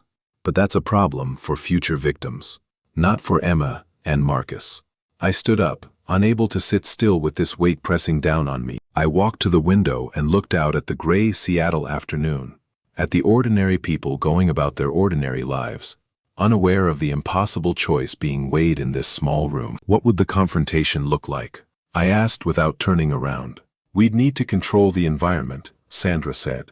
Somewhere private, but not isolated. We want Derek to feel trapped, but not desperate. Desperate people make unpredictable decisions. His house? Too much home advantage. He'd feel in control there. My house? Better, but he might refuse to come. We need neutral ground where he can't easily escape. Frank spoke up. What about a professional setting? A lawyer's office, maybe. Somewhere that signals this is serious business without threatening immediate arrest. Martin nodded slowly. My conference room. It's imposing enough to set the right tone, and I can have security discreetly available if things go sideways. How do we get him there? I asked. Sandra smiled, a cold, strategic expression that reminded me why I'd hired her. We use Rachel. She's still the connection point. We tell her there's an urgent matter regarding the trust fund that requires immediate attention. Derek won't be able to resist. The trust fund is his primary target. He'll come running. And Rachel? She'll be there too? She needs to be. Part of what we're doing is liberating her from Derek's control. She needs to hear the truth directly, from sources she can't dismiss as biased or confused. I thought about my daughter, about the cold stranger who'd stood in my living room and told me I wasn't welcome in her children's lives, about the scared young woman underneath, the one who'd rather stay blind than face the truth. She's going to be devastated, yes, but she'll also be free. For the first time in 11 years, she'll know exactly who she married. What she does with that knowledge is up to her. And if Derek doesn't fold, if he calls our bluff. Frank opened another folder, this one thinner, with red tabs marking key sections. Then we execute the nuclear option. We've prepared a comprehensive report for the FBI's Seattle field office. Financial Crimes Division already has Derek on their radar from the Texas investigations. One phone call, and they move to arrest. He'd still have time to run. Not if we time it right. The confrontation happens at Martin's office. If Derek refuses to cooperate, Sandra makes a phone call. FBI agents are waiting in the lobby. He gets arrested before he can leave the building. I turned back to face the room. 3 professionals who'd spent their careers dealing with predators and con artists, all of them looking at me with the patient focus of people waiting for a decision. When do we do this? Sandra checked her calendar. We need time to coordinate with federal contacts, make sure the backup plan is solid. I'd say November 10th. That gives us 2 weeks to prepare and still leaves 5 days before those plane tickets activate. And if something goes wrong, if Derek suspects and accelerates, then we move faster. But I don't think he will. Right now, Derek believes he's in complete control. He has no idea we've been investigating him for months. He thinks you're just a stubborn old man who'll eventually break. That arrogance is his weakness. Arrogance. Yes, I'd heard it in the recording. The casual contempt with which they discussed me, discussed Rachel, discussed my grandchildren. Marks aren't people. They're ATMs with feelings. They'd underestimated me from the beginning. Now they were going to learn exactly how badly. November 10th, I said. Set it up. The next 2 weeks were the most focused of my life. Sandra drilled me on the confrontation strategy like a coach preparing an athlete for the championship game. We ran through scenarios. Derek denying everything. Derek threatening us. Derek trying to manipulate Rachel in real time. For each possibility, there was a response, a pivot, a way to maintain control. You cannot lose your temper, Sandra emphasized during one of our sessions. The moment you show anger, you give Derek something to use against you. He'll paint you as the aggressor, the unstable old man who's persecuting his family. You need to be calm, collected, utterly in control. What if he attacks me? Physically, I mean. He won't. Derek is a coward at his core. He manipulates because he can't handle direct confrontation. But if he does make a move, there's security in the building. You'll be safe. Martin prepared the legal documents. Not just the trust fund amendments, but also a proposed separation agreement. If Derek agreed to leave, he'd sign away any claim to Rachel's assets, any custody rights to the children, any connection to the Chen family. In exchange, we wouldn't pursue criminal charges. It was more than he deserved, but it was the fastest way to get him out of my grandchildren's lives. Frank coordinated with his contacts at the FBI. They were interested, very interested, in the evidence package Sandra had compiled. The offshore accounts alone were enough to open a formal investigation. The pattern of interstate fraud made it a RICO case waiting to happen. They're ready to move the moment we give the signal, Frank reported. But they've agreed to hold off until after the confrontation. They want Derek to have a chance to incriminate himself further. I spent my evenings reviewing the evidence, memorizing key details, preparing myself for the moment when I'd finally face the man who'd stolen 11 years of my daughter's life. The recording from Melissa's phone played on loop in my mind. ATMs with feelings. Marks aren't people. Rachel's too invested in believing our life is real. I was going to shatter that belief. It was the cruelest kindness I could offer my daughter, tearing away the lie she clung to, forcing her to see the truth. She would hate me for it, at least at first. But someday, maybe years from now, she would understand. She would see that I'd destroyed her false life to give her a chance at a real one. I had to believe that. It was the only thing that made the coming confrontation bearable. November 9th, the night before. I couldn't sleep, so I did what I always did when the darkness pressed too close. I went to the back porch with Patricia's photo and the good whiskey, and I talked to my wife. Tomorrow's the day, I told her. Tomorrow I either save our family or lose them forever. The stars were hidden behind clouds, the November night cold and damp. I pulled my jacket tighter and took a slow sip of whiskey. You would know what to say to Rachel. You always knew how to reach her, even when she was at her most stubborn. Remember when she was 16 and convinced she was going to drop out of school to become a rock star? I smiled at the memory. I wanted to lock her in her room until she came to her senses. You just sat with her and asked questions until she talked herself out of it. The photo didn't answer, but I could almost hear Patricia's voice. Soft, patient, endlessly loving. Ask questions, Howard. Don't accuse. Ask. I'll try, I promised. But it's going to be hard. When I see Derek's face, knowing what he's done, knowing what he planned to do, I want to hurt him. I want him to feel even a fraction of the pain he's caused. That's not you. That's the wound talking. You're better than revenge. Am I? After everything they've taken from us. A gust of wind rattled the trees at the edge of my property. Somewhere in the distance, a dog barked once and fell silent. I keep thinking about Emma at that father-daughter dance, I said. The one I missed because Rachel banned me from seeing the kids. She wore your dress, Patricia. The blue one with the white flowers that you bought before you got too sick to shop. She wore it to the dance, and I wasn't there to see it. The tears came then, unexpected and unstoppable. I let them fall, not bothering to wipe them away. I'm going to get her back. Emma and Marcus both. I'm going to be there for all the dances and graduations and ordinary Tuesday afternoons. I'm going to be their grandfather again. I raise my glass to the clouded sky. Whatever it takes. Whatever I have to sacrifice. I'm not letting Derek steal anything else from this family. I finished the whiskey and went inside. Tomorrow was coming, whether I was ready or not. November 10th, 2:47 p.m. I arrived at Martin's office 45 minutes early, wearing my best suit, the navy blue one from Patricia's funeral, from the Christmas confrontation that never happened, from every moment when I needed to feel like the man I used to be. Sandra was already there, reviewing materials with Frank. Martin's conference room had been transformed into something between a courtroom and an interrogation chamber. A projector was set up to display key evidence. The massive table had folders arranged at strategic positions. A court reporter sat discreetly in the corner, ready to document every word. Howard. Sandra looked up as I entered. How are you feeling? Ready. Good. Remember, calm and controlled. Let the evidence do the talking. Your job is to present it, not to punish. I understand. Rachel and Derek will arrive at 3:30. They think this is about trust fund amendments, paperwork that requires signatures from all relevant parties. Derek will be eager, expecting this to be his moment to finally get access to the money.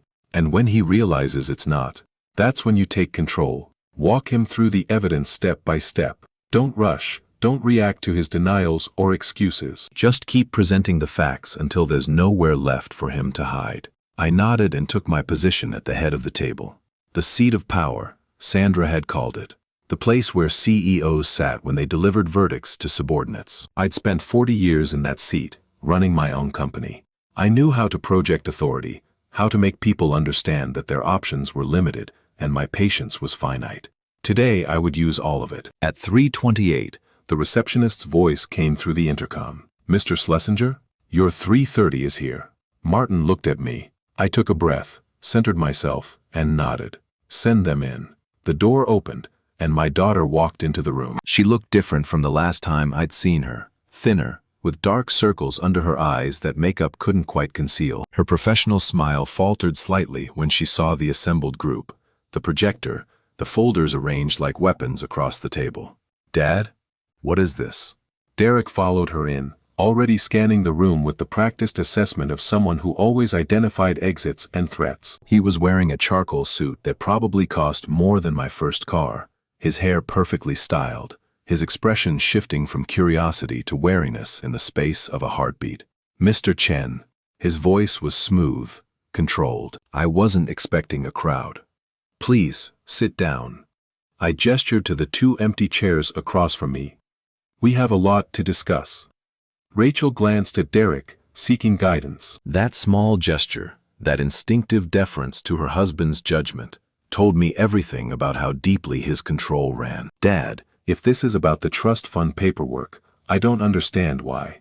Sit down, Rachel. Something in my voice must have reached her.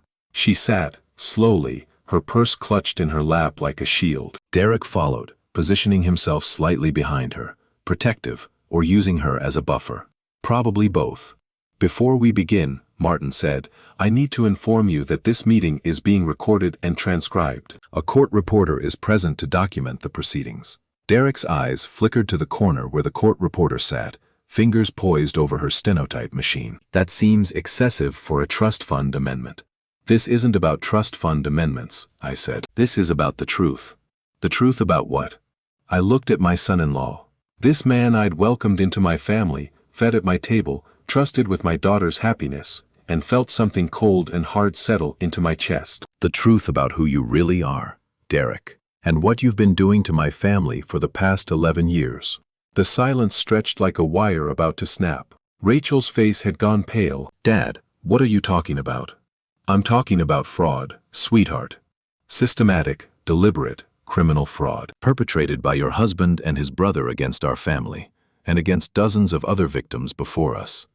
Derek laughed, but there was a sharp edge underneath. This is absurd. Chen, I know we've had our differences lately, but accusing me of... Sandra, I interrupted. Let's start with the background check. Sandra stood and clicked a button on her laptop. The projector hummed to life, displaying a photograph of Derek alongside a column of text. Derek Allen Price, Sandra read, born March 15, 1982, in Spokane, Washington. Father Gerald Price, deceased 1998. Mother Linda Price, currently residing in a state-assisted living facility in Spokane, a facility her son hasn't visited or financially supported since 2007. Rachel turned to Derek. You told me your parents retired to Arizona. You said they weren't close, but they were alive. There's been a misunderstanding. There's no misunderstanding. Sandra clicked to the next slide. Previous marriage to Vanessa Sullivan, 2008 to 2012, ended in divorce following discovery of financial irregularities, totaling $180,000 in misappropriated funds. You were married before. Rachel's voice cracked. Derek, you never told me. It wasn't relevant. It was a long time ago, and the marriage ended badly. I didn't want to burden you with the fact that you stole your first wife's trust fund. I cut in. Or with the civil judgments totaling $78,000 from 3 separate fraud victims. Or with the fact that you've been running this same scheme for 15 years. Derek's mask was slipping. I could see it in the tension around his eyes, the slight tremor in his hands. But he wasn't done fighting.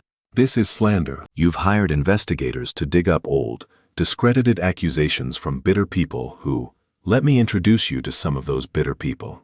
Sandra clicked through a series of photographs. Margaret Chen, no relation to Howard, who sued you for failure to repay a $34,000 loan in 2009.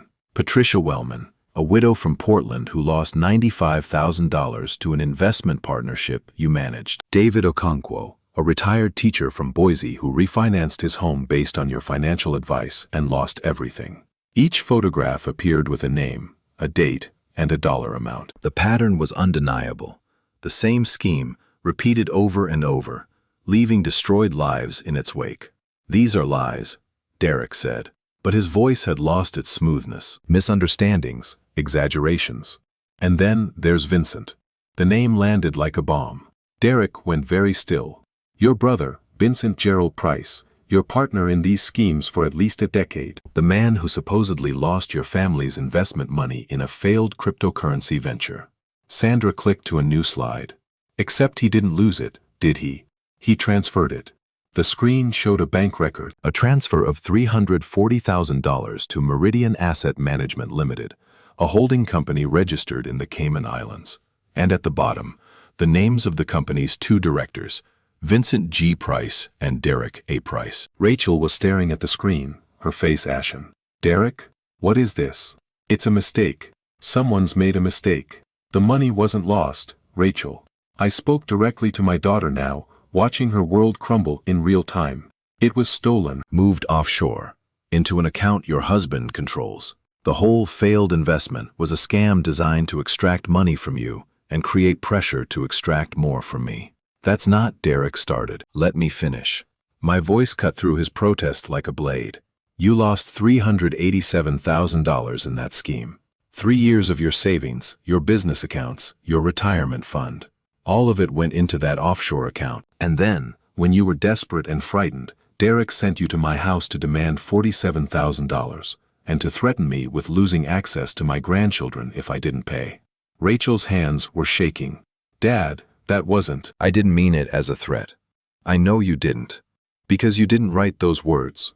Derek did. The talking points about unhealthy attachment and appropriate grandparent relationships, those came from him, didn't they? He coached you on what to say. She didn't answer. She didn't have to. The look on her face was confirmation enough. But that's not the worst of it. I nodded to Sandra. Play the recording. The audio quality was poor, the voices slightly muffled, but in the silent conference room, every word was perfectly audible. The old man is more stubborn than we expected.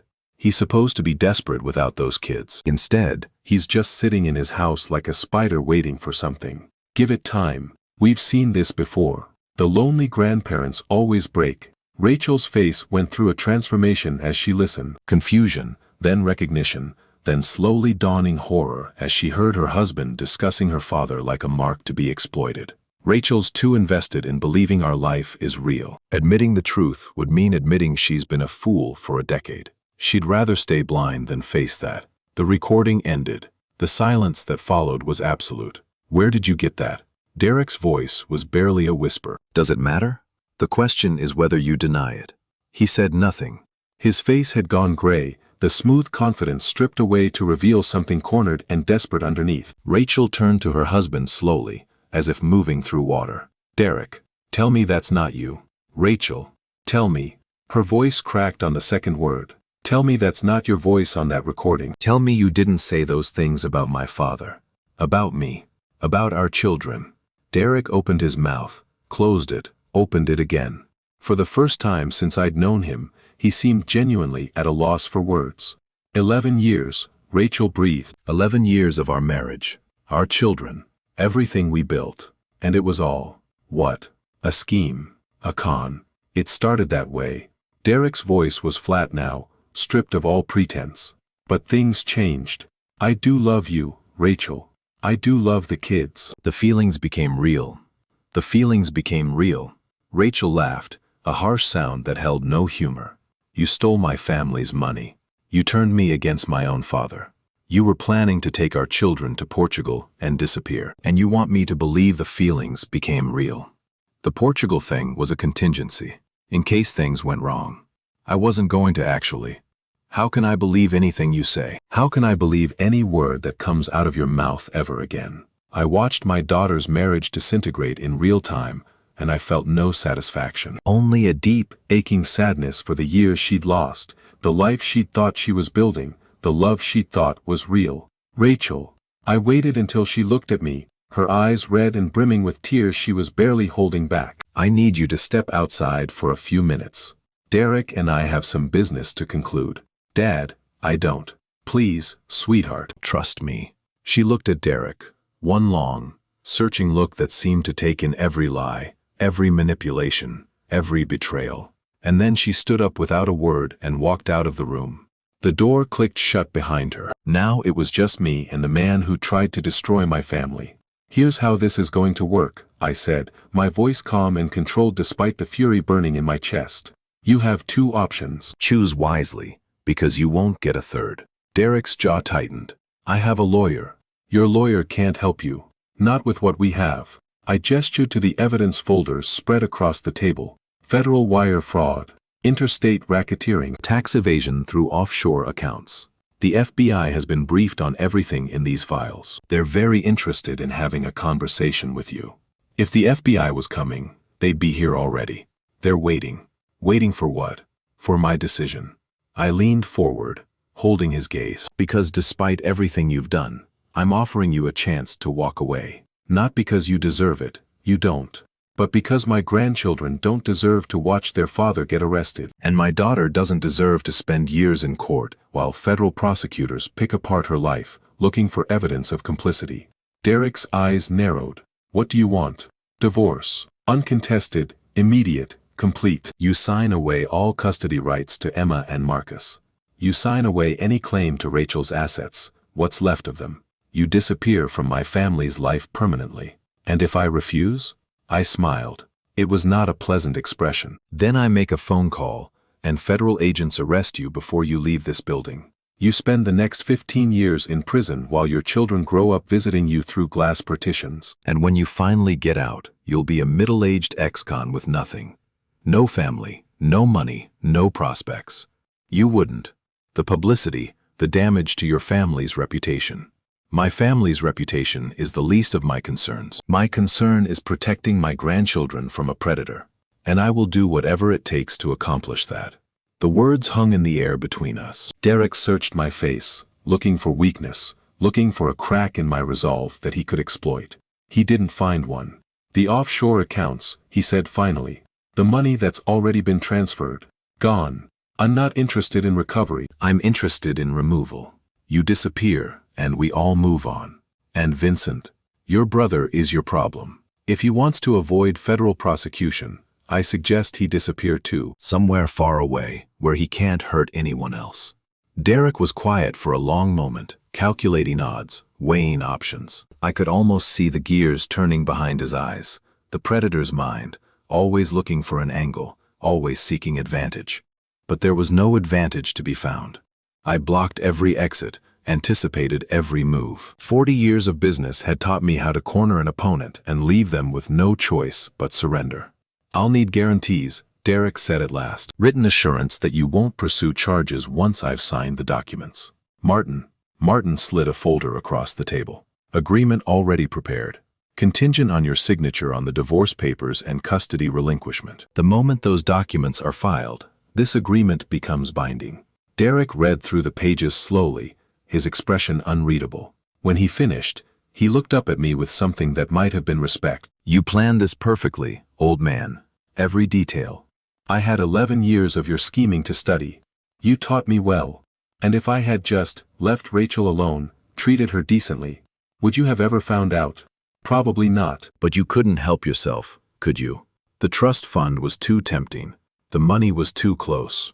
You got greedy, Derek. And greed makes people sloppy. He nodded slowly, a strange half-smile playing at the corners of his mouth. You know, in another life, we might have made good partners. You've got the instincts for this kind of work. I'd rather die. Fair enough. He picked up the pen Martin had placed beside the folder. For a long moment, he held it poised over the signature line, as if weighing the finality of what he was about to do.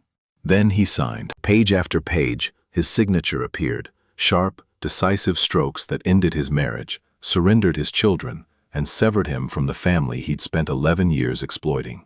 When he finished, he set the pen down and stood up. I'll need time to collect my things from the house. You have 48 hours. After that, the locks change. And the children. I should at least be able to say goodbye. No. The word came out harder than I intended. You don't get to say goodbye. You don't get to plant more seeds of manipulation in their minds. You disappear, and Rachel explains it to them however she sees fit. Derek's jaw tightened, but he didn't argue. He knew he had no leverage left. One more thing, I said as he turned toward the door. If you ever contact Rachel or the children again, ever, for any reason, this agreement becomes void. The evidence goes to the FBI and you spend the rest of your useful years in prison. Are we clear? He turned back to face me, and for just a moment, the mask slipped entirely. Underneath the charm and the calculation, I saw something cold and empty, the hollow core of a man who'd never learned to feel genuine connection. Crystal clear, Mr. Chen. He walked out without another word. I sat in the silence of the conference room, looking at the signed documents that had just ended 11 years of deception. It was over. And somehow, it didn't feel like victory at all. I found Rachel in the hallway outside Martin's office, sitting on a leather bench, with her head in her hands. She looked smaller than I'd ever seen her. Not the confident businesswoman, not the cold stranger who delivered ultimatums in my living room, but a woman whose entire world had just collapsed beneath her feet. I sat down beside her without speaking. The hallway was quiet, the afternoon light filtering through tall windows and casting long shadows across the polished floor. He's gone, I said finally. She didn't look up. I know. I heard the elevator. He signed everything. The divorce papers, the custody agreement. It's over. A sound escaped her, something between a laugh and a sob. Over. 11 years of my life, and it's just over. Rachel, how did I not see it? She finally raised her head, and I saw tears streaming down her face, mascara running in dark rivers. How did I not see what he was? I'm not stupid, Dad. I built a business, I read people for a living. How did I miss this? Because you loved him. Because you wanted to believe. That's not good enough. She shook her head violently. I cut you off from your grandchildren. I stood in your living room and told you that you weren't welcome in their lives. I said terrible things, things Derek fed me, but I said them. I believed them. You were being manipulated by a professional. Stop making excuses for me. Her voice cracked. I'm 42 years old. I'm responsible for my own choices. And I chose him over you. Over my own father. Over the man who raised me and loved me and never asked for anything in return. I didn't have an answer for that. Because she was right.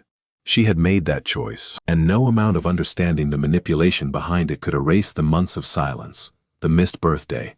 The father-daughter dance where Emma wore Patricia's dress without me there to see it. Do you hate me? She asked quietly. The question hung in the air between us, heavy with years of pain and betrayal, and love that had never quite died despite everything. No, I said. I could never hate you. You're my daughter. But you're angry. Yes, I'm angry. I'm angry that I missed months of my grandchildren's lives. I'm angry that you believed him over me. I'm angry that I had to spend thousands of dollars on investigators and lawyers to prove that I wasn't the villain he made me out to be. Rachel flinched with each statement, but she didn't look away. I'm angry, I continued, but I'm also grateful because you're still here, because Emma and Marcus are still here, because we have a chance to rebuild something real, instead of the lie Derek constructed. How can you even want to rebuild after what I did? I turned to face her fully, taking her hands in mine the way I had when she was a little girl, frightened of thunderstorms and convinced the world was ending. Your mother would want me to, I said simply. She loved you more than anything. When she was dying, do you know what she talked about? Not the business, not the money, not even me. She talked about you and the grandchildren. She made me promise to take care of you, to be there for you no matter what happened. Rachel's face crumpled. Mom, I failed that promise for a while. I let Derek push me away, let his manipulation convince me that maybe I really was the problem. But I never stopped loving you, Rachel. I never stopped wanting to be your father. She collapsed into my arms then, sobbing against my shoulder the way she had when she was 5 years old and the neighbor's dog had knocked her off her bicycle. I held her and let her cry, and something that had been frozen inside me for months began to thaw. We stayed in that hallway for almost an hour. Rachel talked, haltingly at first, then in a flood of words that seemed to have been dammed up for years. She talked about the early days with Derek, how charming he'd been, how attentive, how he'd made her feel special in a way no one else ever had. He knew exactly what to say, she whispered. Like he'd studied me, figured out all my insecurities and fears, and crafted himself to be the perfect answer to every one of them. That's what predators do. They learn their targets. I know that now, but back then, I thought I'd found my soulmate. She laughed bitterly. I actually used that word. Soulmate. God, I was so naive. You were in love. That's not the same as naive, isn't it? She pulled back to look at me. When did it start, Dad? His scheme against our family. When did he first see us as marks instead of people? I thought about the timelines Sandra had constructed, the court records, the pattern of victims, the careful progression from meeting to marriage to slow extraction. Probably from the beginning, I admitted. His previous victim, a woman named Vanessa, says he specifically targets families with money. He met you at a networking event 6 months after finishing his last scheme. You were selected. Rachel closed her eyes. So nothing was real. Not a single moment of our relationship. I don't know if that's true. People are complicated, even predators. He may have developed genuine feelings for you over the years, even while he was exploiting you. That doesn't make it better. No, it doesn't. We sat in silence for a moment longer. Then Rachel straightened up, wiping her face with the back of her hand. The kids, she said. I need to figure out what to tell them. That can wait. Give yourself time to process. They'll notice Derek is gone. They'll ask questions. I can't just. She trailed off, and I saw the panic rising in her eyes. The enormity of what lay ahead, single motherhood, rebuilding a shattered life, explaining to 2 small children why their father had disappeared, it was overwhelming. You don't have to figure it out alone, I said. I'm here. Whatever you need. Dad, after everything I did, you're my daughter. Emma and Marcus are my grandchildren. That's all that matters now. She looked at me for a long moment, something fragile and hopeful flickering in her eyes. Do you want to see them? She asked. The kids? They've been asking about you. Emma especially. She didn't understand why Grandpa stopped coming around. My heart clenched. She asked about me. Every week. When is Grandpa coming? Why can't we go to Grandpa's house? I kept making excuses, telling her you were busy, you were traveling. Rachel's voice broke. I lied to my own children. I made them think you didn't want to see them. That's over now. Is it? Can we really just go back to the way things were? I thought about Saturday mornings, pancake batter and coffee and the sound of small feet running through my house. The tree house we'd built together, the fishing trips, the burned cookies eaten anyway. We can't go back, I said honestly. Too much has happened. But we can go forward. We can build something new. Rachel nodded slowly. I want that. I want them to know their grandfather again. Then let's make it happen. We drove to Rachel's house together. She'd come with Derek in his car. Now she rode with me, silent in the passenger seat, watching the familiar streets pass by with the expression of someone seeing them for the first time. The house looked different to me now. Before, it had been a symbol of my wasted generosity, the money I'd poured into a lifestyle that had been built on deception. Now I saw it as something else. A prison my daughter had lived in for 11 years, never knowing the walls were closing in.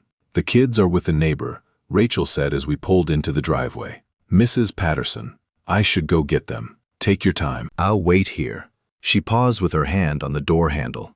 "Dad, thank you for not giving up on me. I'll never give up on you, sweetheart. Not ever." She nodded once, quickly, and then she was out of the car and walking across the lawn to the neighbor's house. I watched her go, this woman who was both my daughter and a stranger, and I prayed that we could find our way back to each other. 10 minutes later, she returned, and she wasn't alone. Emma came first, running across the lawn with the boundless energy of childhood. She'd grown in the months since I'd seen her, taller, her face losing some of its baby roundness. But her eyes were the same, bright with excitement and something that looked like relief. "Grandpa, Grandpa, you're here." She hit me like a small hurricane, arms wrapping around my waist, face pressed against my stomach. I knelt down to hold her properly, breathing in the familiar scent of her shampoo, and feeling something broken inside me begin to heal. "I'm here, sweetheart. I'm here. Mom said you were traveling, but I knew that wasn't true. I knew you'd come back. I'll always come back. I promise." Marcus approached more slowly, clutching Rachel's hand, his eyes uncertain. At 4 years old, he didn't fully understand what had happened. Only that something was different, something was wrong. "Grandpa?" His voice was small, questioning. I held out my free arm. "Come here, buddy. I missed you so much." He came, cautiously at first, then with growing confidence. And then I was holding both of them, my grandchildren. The reason I'd fought so hard and risked so much. "Are you going to stay?" Emma asked, pulling back to look at me with serious eyes. "For real this time, you're not going to go away again?" I looked at Rachel over Emma's head. She was crying again, silent tears streaming down her face, but she was smiling too. A real smile, the first I'd seen from her in what felt like years. "I'm not going anywhere," I said. "I'm going to be here for every Saturday morning, every birthday, every school play. I'm going to be here for all of it. Promise?" "I promise." Emma hugged me again, and Marcus joined in, and for a moment the world was simple and good, and full of nothing but love. Then Emma pulled back with a child's sudden shift in mood. "Where's Daddy?" she asked, looking around. "Is Daddy coming too?" Rachel and I exchanged a glance. The hard conversation was coming, the explanation that would be impossible to make complete or painless. "Let's go inside," Rachel said carefully. "We need to talk about some things." That evening, after the children had been told a simplified version of the truth, Daddy had to go away. Daddy made some mistakes. Daddy still loves you but won't be living here anymore. I sat on Rachel's back porch and watched the sunset over the suburban rooftops. The kids had taken it better than expected. Children are resilient, and honestly, Derek had never been a particularly involved father. His absences for work had trained them to function without him. Now those absences would simply become permanent. Rachel came out with 2 glasses of wine and handed me one. "They're asleep," she said, settling into the chair beside me. "Marcus asked if you could tuck him in tomorrow." "I'd like that, Dad." She turned the wine glass in her hands, not drinking. "I know we can't just pretend the last few months didn't happen. I know I have to earn back your trust." "Rachel, let me finish. Please." She took a breath. "I was terrible to you. Even if Derek was manipulating me, I still made the choice to believe him over you. I still chose to cut you out of our lives." "That's on me, and I need to own it." I waited, letting her say what she needed to say. "I want to make it right. Not just the relationship with you, but everything. I want to be the person Mom thought I was. The person you raised me to be." Her voice wavered. "I feel like I've been sleepwalking through the last decade, and I just woke up in a life I don't recognize. Then we rebuild it together. One day at a time." You make it sound simple. It won't be simple. There will be hard days, days when you doubt everything, days when you want to go back to the lie because it was easier. But you won't be facing those days alone. She reached over and squeezed my hand. "I don't deserve you." "Maybe not." I smiled slightly, "but you've got me anyway." We sat in comfortable silence, watching the last light fade from the sky. The stars began to appear, one by one, The same stars I talked to on all those lonely nights when I thought I'd lost my family forever. Dad. Rachel's voice was quiet. What happened to the trust fund? The money you set up for Emma and Marcus. It's still there. Protected. I added some conditions to make sure Derek could never touch it, but the money is still there for the kids' education. Even after. Everything? That money was your mother's dying wish. Nothing Derek did could change that. Rachel was quiet for a long moment. Then she said, I want you to be the executor of my estate. If anything happens to me, I want you to be the one who takes care of the kids. Not Derek's family, not anyone else. You. Nothing's going to happen to you. But if it does, I need to know they're protected. I thought about Vanessa Sullivan, who'd escaped Derek with nothing but her life and her hard-won wisdom. About the other victims, scattered across 3 states, who hadn't had anyone to protect them. I'll take care of them, I said. Always. Thank you, Dad.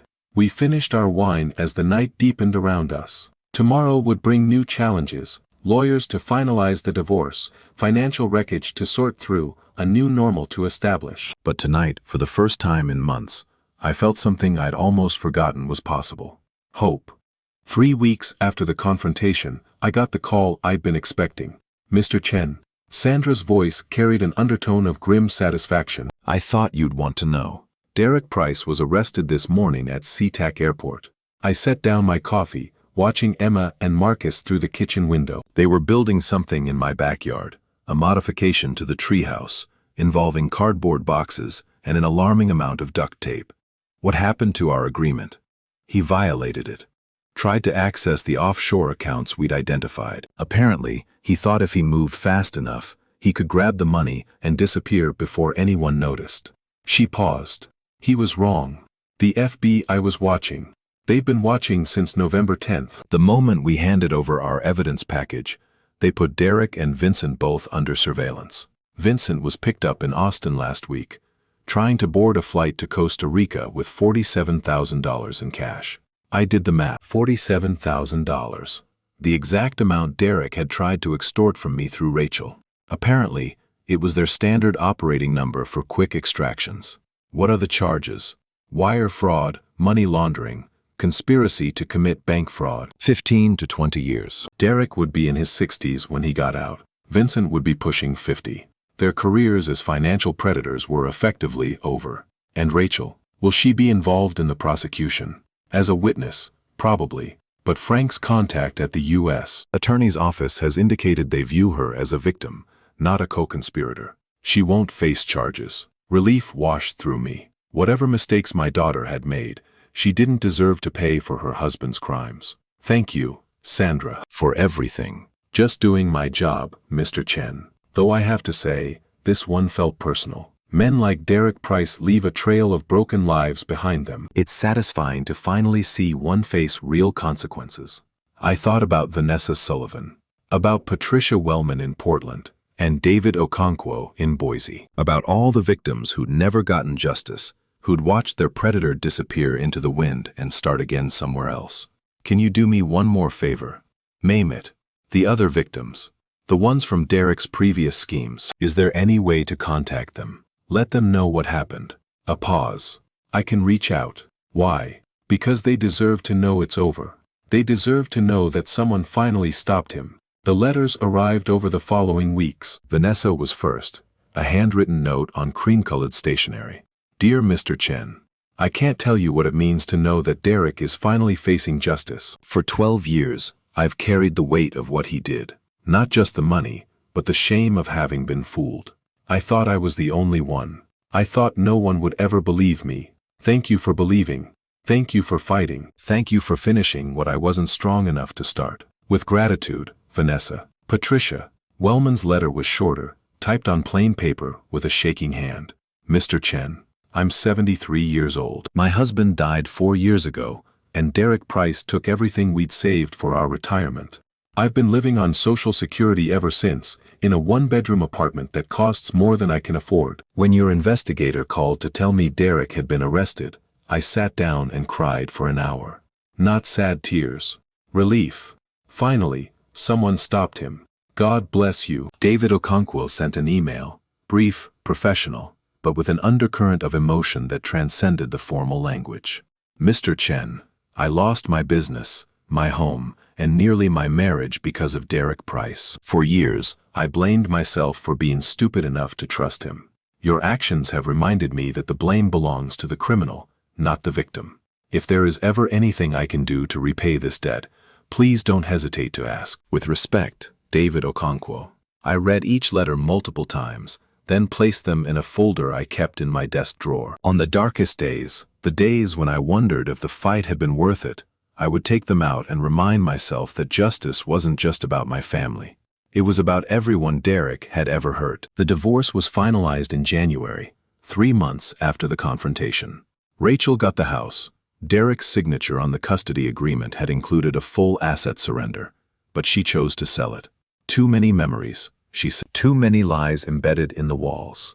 She and the kids moved into a smaller place in Kirkland, closer to my house, with a backyard just big enough for a swing set and a modest garden. I helped her paint the rooms, assemble furniture, turn the empty space into something that felt like home.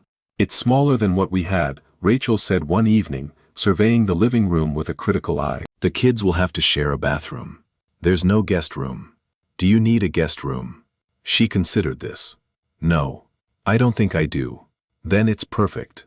The financial damage from Derek's schemes took longer to untangle. The offshore accounts were frozen as part of the criminal investigation, but recovery was a slow process that might take years. In the meantime, Rachel had to rebuild from scratch, reopening her real estate business, establishing credit in her own name, learning to manage a household without the constant infusion of my money that Derek had grown to depend on. I offered to help. She refused. I need to do this myself, Dad. I need to prove, to myself, not to you, that I can stand on my own feet. She smiled ruefully. Derek convinced me I was helpless without him. I need to know that was a lie. It was a lie. Then let me prove it. So, I stepped back. I was there when she needed me, babysitting the kids during late showings, helping with yard work on weekends, providing a steady presence without smothering. But I let her rebuild at her own pace. It was one of the hardest things I'd ever done, and one of the most important. Spring arrived slowly, the way it always does in Seattle. Gray skies giving way to tentative sunshine, cherry blossoms appearing overnight like pink explosions against the still bare branches. Saturday mornings had resumed their sacred rhythm. Emma and Marcus arrived at 7 o'clock sharp, bursting through my door with the energy that only children possess. Pancakes were made, adventures were had, chocolate chips were consumed in quantities that remained our shared secret. But things were different now. Better, in some ways. Harder, in others. Emma, at nearly 8 years old, had developed a wariness that broke my heart. She asked questions about Derek, careful questions, probing for information without quite knowing what she was looking for. Why did Daddy leave? Did he do something bad? Will he ever come back? Rachel and I had agreed on a simplified truth. Daddy made mistakes with money and had to go away. He loved her, but he couldn't be part of their family anymore. Someday, when she was older, she would understand more. It wasn't a perfect answer. There were no perfect answers for a situation like this. But Emma seemed to accept it, the way children accept the inexplicable realities of the adult world, with confusion, with grief, and eventually, with adaptation. Marcus, at 4, was more resilient. He asked about Daddy occasionally, but seemed satisfied with brief answers. His world was smaller, more immediate, focused on the treehouse, on his new kindergarten class, on the elaborate Lego constructions that covered every surface of his bedroom. One Saturday in April, Emma found me on the back porch, watching the sunset with my usual glass of whiskey. "Grandpa, can I ask you something?" "Always, sweetheart." She climbed onto the chair beside me, her legs dangling over the edge. She'd gotten too big for my lap, though she still tried sometimes. "Did you know Daddy was bad?" Before everything happened, the question hit harder than I expected. I took a moment to consider my answer. "I knew something was wrong," I said finally, "but I didn't know how bad it was. Not until later." "Is that why you stopped coming to see us? Because Daddy told you to stay away?" "Something like that. Your mom and I had a disagreement." It took us a while to work it out. Emma was quiet for a long moment, her face serious in the fading light. "I missed you," she said, "when you weren't coming anymore. I thought maybe I did something wrong." My chest tightened. "You didn't do anything wrong, Emma. None of this was your fault. Not one single part of it. Then why did it happen? How do you explain adult cruelty to a child? How do you make sense of deception and manipulation and greed in terms that a 7-year-old can understand?" "Sometimes people make bad choices," I said slowly. "Even people who are supposed to love us. And when that happens, it's not because of anything we did. It's because they have something broken inside them that we can't fix." "Is Daddy broken?" "In some ways, yes. But that's not your responsibility, sweetheart. Your only job is to be a kid. To play and learn and grow up. The grown-up problems are for grown-ups to handle." She seemed to consider this. Then she leaned against my shoulder, her hair tickling my chin. "I'm glad you're not broken, Grandpa." I wrapped my arm around her and held on tight. "Me too, sweetheart. Me too." In May, I got a letter from the Federal Bureau of Prisons. Derek had been sentenced 12 years for wire fraud and conspiracy, with the possibility of parole after 8. Vincent had received a longer sentence, 15 years, due to his more extensive criminal history and his role as the primary architect of their schemes. I showed the letter to Rachel. She read it in silence, her face expressionless. 8 years, she said finally. Emma will be 16 when he's eligible for parole. Marcus will be 12. They might not let him out that early. And there's always the possibility of additional charges if more victims come forward. I know. She folded the letter and handed it back to me. I thought I'd feel something. Relief, maybe. Or anger. But I just feel empty. That's normal. You're grieving. Not for Derek, but for the life you thought you had. Is it wrong that I still miss him sometimes? Not the real him, the person he actually was, but the version of him I fell in love with, the person he pretended to be. That's not wrong. It's human. You can mourn the illusion even while you're grateful it's over.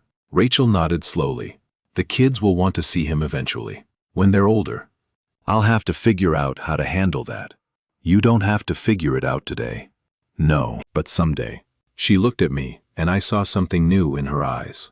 Not the coldness of that September confrontation, but a quiet strength that reminded me powerfully of her mother. "Thank you, Dad, for fighting for us, for not giving up. I told you, I'll never give up on you. I know, and I'm going to spend the rest of my life trying to deserve that."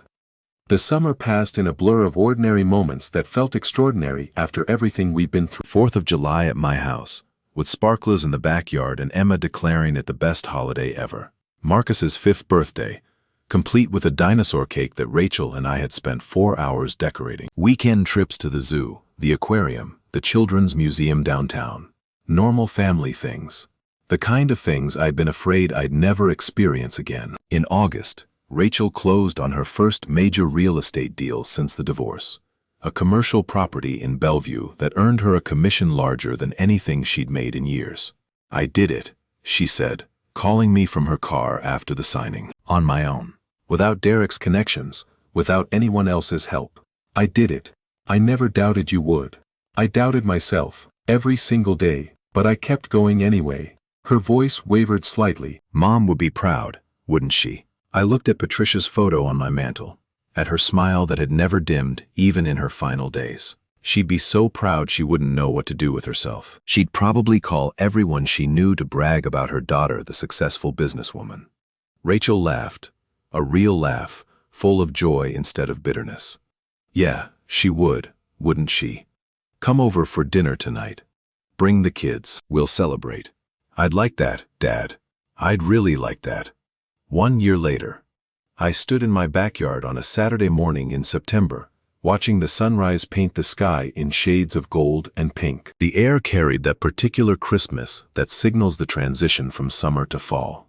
Warm enough to be comfortable, cool enough to remind you that change is coming. The treehouse still stood at the edge of my property, though it had evolved considerably since Emma and Marcus first helped me build it. New additions had sprouted over the months: a rope ladder, a small deck, a pulley system that Marcus insisted was essential for supply missions.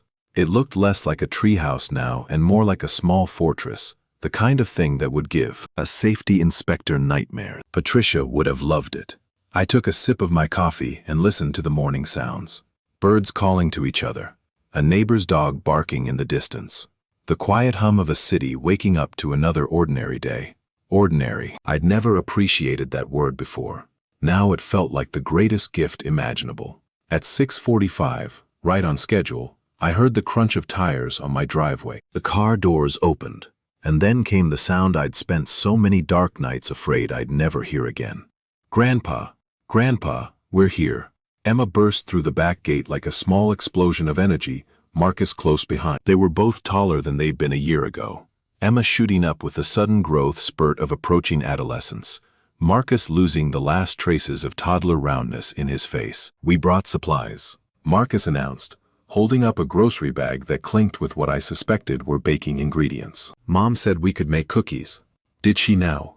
I knelt down to receive their hugs, feeling the familiar weight of small arms around my neck. "What kind of cookies?" "Chocolate chip," Emma said, as if any other answer would be absurd. "The good kind, with extra chips." "Extra chips. Your grandmother would approve."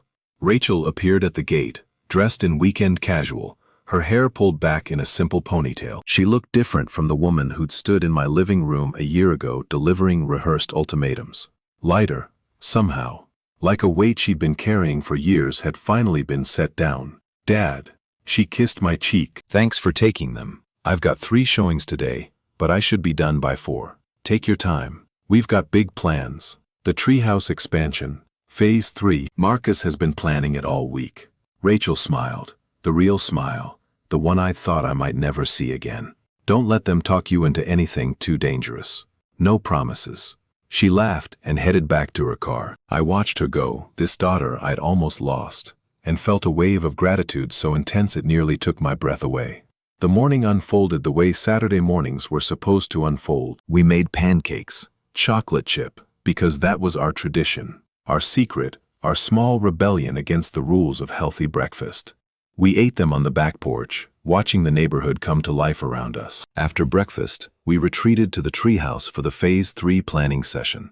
Marcus had drawn diagrams on construction paper, elaborate blueprints that showed a second-story addition, a zip line to the fence, and something he called a command center that seemed to involve a lot of walkie-talkies. "This is ambitious," I said, studying the drawings with appropriate seriousness. "We might need to hire contractors." "Grandpa." Marcus gave me a withering look. "We don't need contractors, we have tools." "We do have tools." "That's true." Emma was quieter than usual, sitting in the corner of the treehouse with her legs dangling through the open floor. At nearly 9 years old, she was developing the contemplative streak that I recognized from her grandmother, the tendency to watch and think before speaking. "Grandpa," she said finally, "can I ask you something?" "Always, sweetheart." "Do you ever talk to Daddy? Like, on the phone or anything?" The question didn't surprise me. Over the past year, Emma had asked about Derek with increasing frequency, not the little kid questions about when he was coming home, but more complex inquiries about who he was, what he'd done, where he was now. "No," I said honestly. "I don't talk to him." "Do you hate him?" I considered the question carefully. A year ago, the answer would have been yes, a fierce, burning hatred that consumed my thoughts and fueled my determination. But time had softened that edge, replacing rage with something more complicated. "I don't hate him," I said finally. "But I also don't forgive him. Does that make sense?" Emma nodded slowly. "Like how I feel about Brittany Mitchell. She was mean to me in 2nd grade, and I don't hate her anymore. But I also wouldn't invite her to my birthday party." That's actually a very good analogy. Mom says Daddy is sick. Like, in his brain, that he doesn't understand how to love people the right way. Your mom is probably right about that. Is that why he did the bad things? Because his brain is sick. How do you explain the nature of evil to a child? How do you reconcile the father she remembered, the one who'd occasionally played with her, bought her ice cream, tucked her in at night, with the predator who'd methodically exploited her family for over a decade? "I think," I said carefully, "that some people learn the wrong lessons when they're young. They learn that other people are things to be used, not loved. And by the time they're grown up, it's very hard for them to change. But not impossible. Maybe not impossible, but very, very hard." Emma was quiet for a moment longer. Then she said, I wrote him a letter. Daddy, Mom helped me. I told him about school and the treehouse and my new friends. I didn't say I forgive him or anything. I wanted him to know I'm okay. My chest tightened.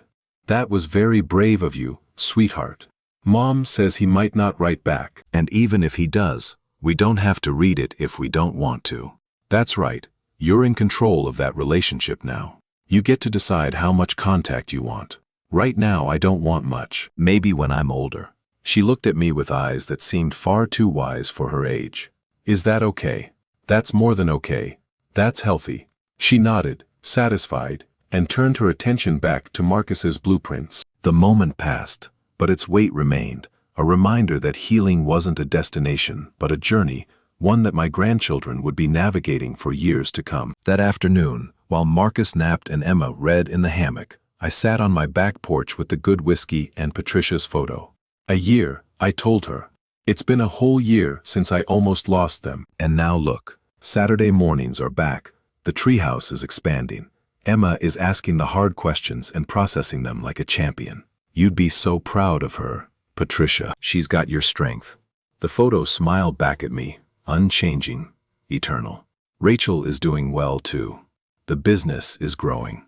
She's dating again, carefully, with a lot of therapy and support, but she's open to the possibility of love. Can you imagine? After everything Derek put her through, she still believes in love. I took a sip of whiskey and watched a hawk circle lazily overhead. I think about what would have happened if I'd given up. If I'd paid the $47,000 and kept quiet, hoping Derek would eventually let me see the grandkids again. He never would have, would he? He would have kept extracting money, kept isolating Rachel, kept using those children as leverage, until there was nothing left to take. The hawk dove suddenly, disappearing behind the tree line. But I didn't give up. I fought. And now Derek is in prison, Vincent is in prison, Rachel is free, and our grandchildren have a chance at a normal life. I raised my glass to the empty air. We did it, Patricia. We protected our family. The letter arrived 3 weeks later. I recognized Derek's handwriting immediately. The same confident script that had signed birthday cards and Christmas notes for over a decade. The return address was the Federal Correctional Institution in Sheridan, Oregon. I almost threw it away unopened. Almost. But curiosity won out, the way it always does. I sat down at my kitchen table and slit the envelope with a knife, extracting 2 pages of cramped handwriting. Mr. Chen, I know you have no reason to read this. I know you probably hate me, and you have every right to. But I've been doing a lot of thinking in here, not much else to do, and I wanted to say some things. Not excuses. Just, I don't know. Explanations, maybe. I grew up poor. Really poor. The kind where you're not sure if there's going to be food tomorrow. My father was a drunk who used his fists more than his words. My mother checked out mentally before I was 10. I learned early that the only person who was going to take care of me was me. That doesn't excuse what I did. I know that. But I want you to understand where it came from. When you grow up with nothing, you develop a certain way of looking at the world. Everyone is either a threat or an opportunity. Every relationship is transactional. Love is just a tool for getting what you need. I didn't understand that there was another way until it was too late. By the time I realized what I was losing, Rachel, the kids, even you, I was in too deep to stop. You probably don't believe me. You probably think this is just another manipulation. Another angle I'm working. I don't know how to prove otherwise.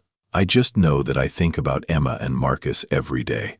I think about the life I threw away. And I feel something I don't have a word for. Something heavy and sharp that sits in my chest and won't go away. Maybe that's guilt. Maybe it's regret. I'm not sure I ever learned to tell the difference. I'm not asking for forgiveness. I'm not even asking for a response. I just wanted you to know that I'm not the same person I was a year ago. Prison has a way of stripping away the bullshit and showing you who you really are underneath. I didn't like what I saw. Tell Rachel I'm sorry. Tell the kids I love them, even if they don't believe it. And Mr. Chen, Howard, thank you for stopping me. I know that sounds insane, but I mean it. I couldn't stop myself. Someone had to. Derek. I read the letter twice. Then I folded it carefully and placed it in the drawer with the letters from Derek's other victims. Did I believe him? Did I think the regret was genuine, the self-reflection real? Honestly, I didn't know. Derek was a master manipulator. Even from prison, he might be working an angle I couldn't see. But part of me, a small part, buried deep beneath the anger and the grief, wanted to believe that people could change, that even the most broken among us might find their way to something better. I wouldn't respond to the letter. I wouldn't open a door that needed to stay closed. But I would keep his words, add them to the record of everything that had happened. Someday, when Emma and Marcus were old enough, they might want to read them. They could decide for themselves what to believe. Thanksgiving that year was the largest gathering I'd hosted since Patricia died. Rachel and the kids, of course, but also Rosa, my sister, with her husband and their adult children.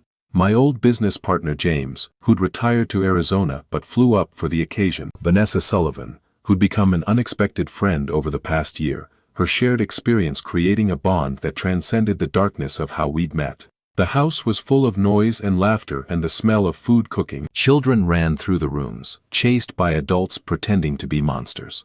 Someone had put on music, old standards that Patricia had loved, and I caught myself smiling at the familiar melodies. After dinner, when the dishes were cleared and the kids were occupied with a movie in the living room, I stepped out onto the back porch for a moment of quiet. Rosa found me there, 2 glasses of wine in hand. "You okay, hermano?" "Better than okay." I took the wine she offered.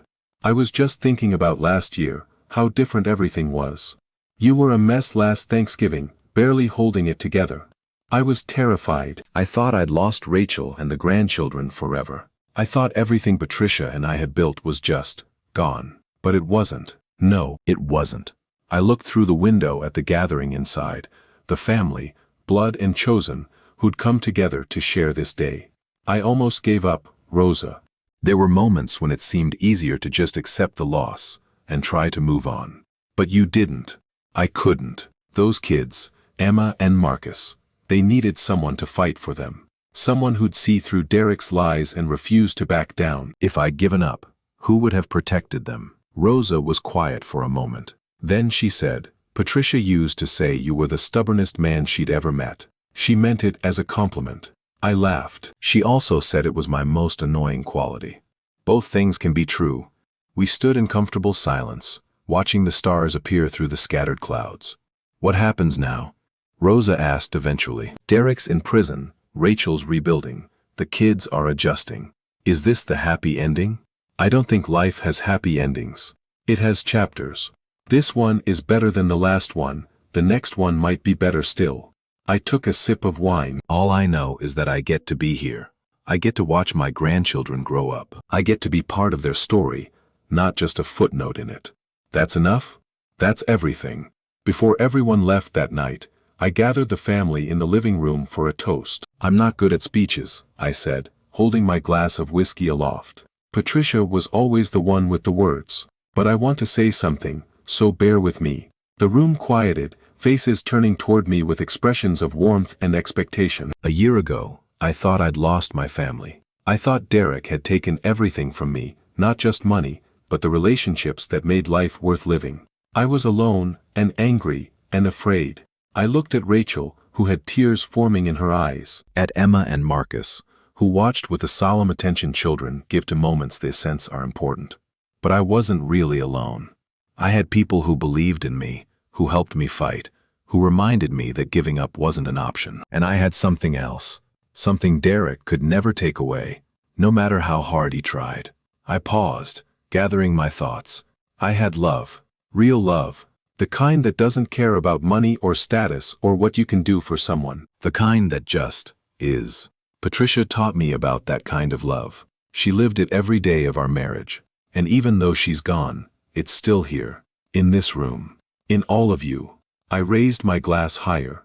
To family. Not the one we're born into, but the one we choose. The one we fight for. The one that matters. To family, the room echoed. I drank, and the whiskey burned warm and clean going down. Later, after everyone had gone home, and the house was quiet again, I sat in Patricia's chair with her photo in my hands. "We made it," I told her. "Against all odds, we made it." The photo smiled back at me, frozen in time but somehow still present. Emma asked me today if I ever think about what might have been. If Derek had been different. If the marriage had been real. if none of this had ever happened. I told her I don't think about that. Because wishing for a different past means wishing away the present. And the present is pretty good. I traced the frame with my finger, remembering the day the photo was taken, a beach vacation 20 years ago, Patricia laughing at something I'd said, the camera catching her mid-joy. I'm going to be okay, Patricia. We're all going to be okay. The kids are healing. Rachel is finding herself again. And I get to be here for all of it. I get to be their grandfather. I set the photo back on the mantel and walked to the window. Outside, the stars were bright against the velvet darkness. The same stars I'd talked to on all those lonely nights when hope seemed like a luxury I couldn't afford.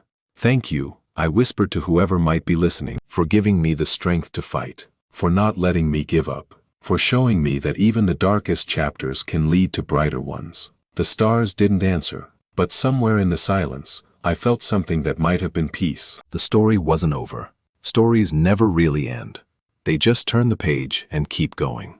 There would be more challenges ahead, more hard conversations, more moments when the past reached into the present and demanded attention. But there would also be more Saturday mornings, more chocolate chip pancakes, more treehouse expansions, and school plays, and ordinary moments that felt extraordinary.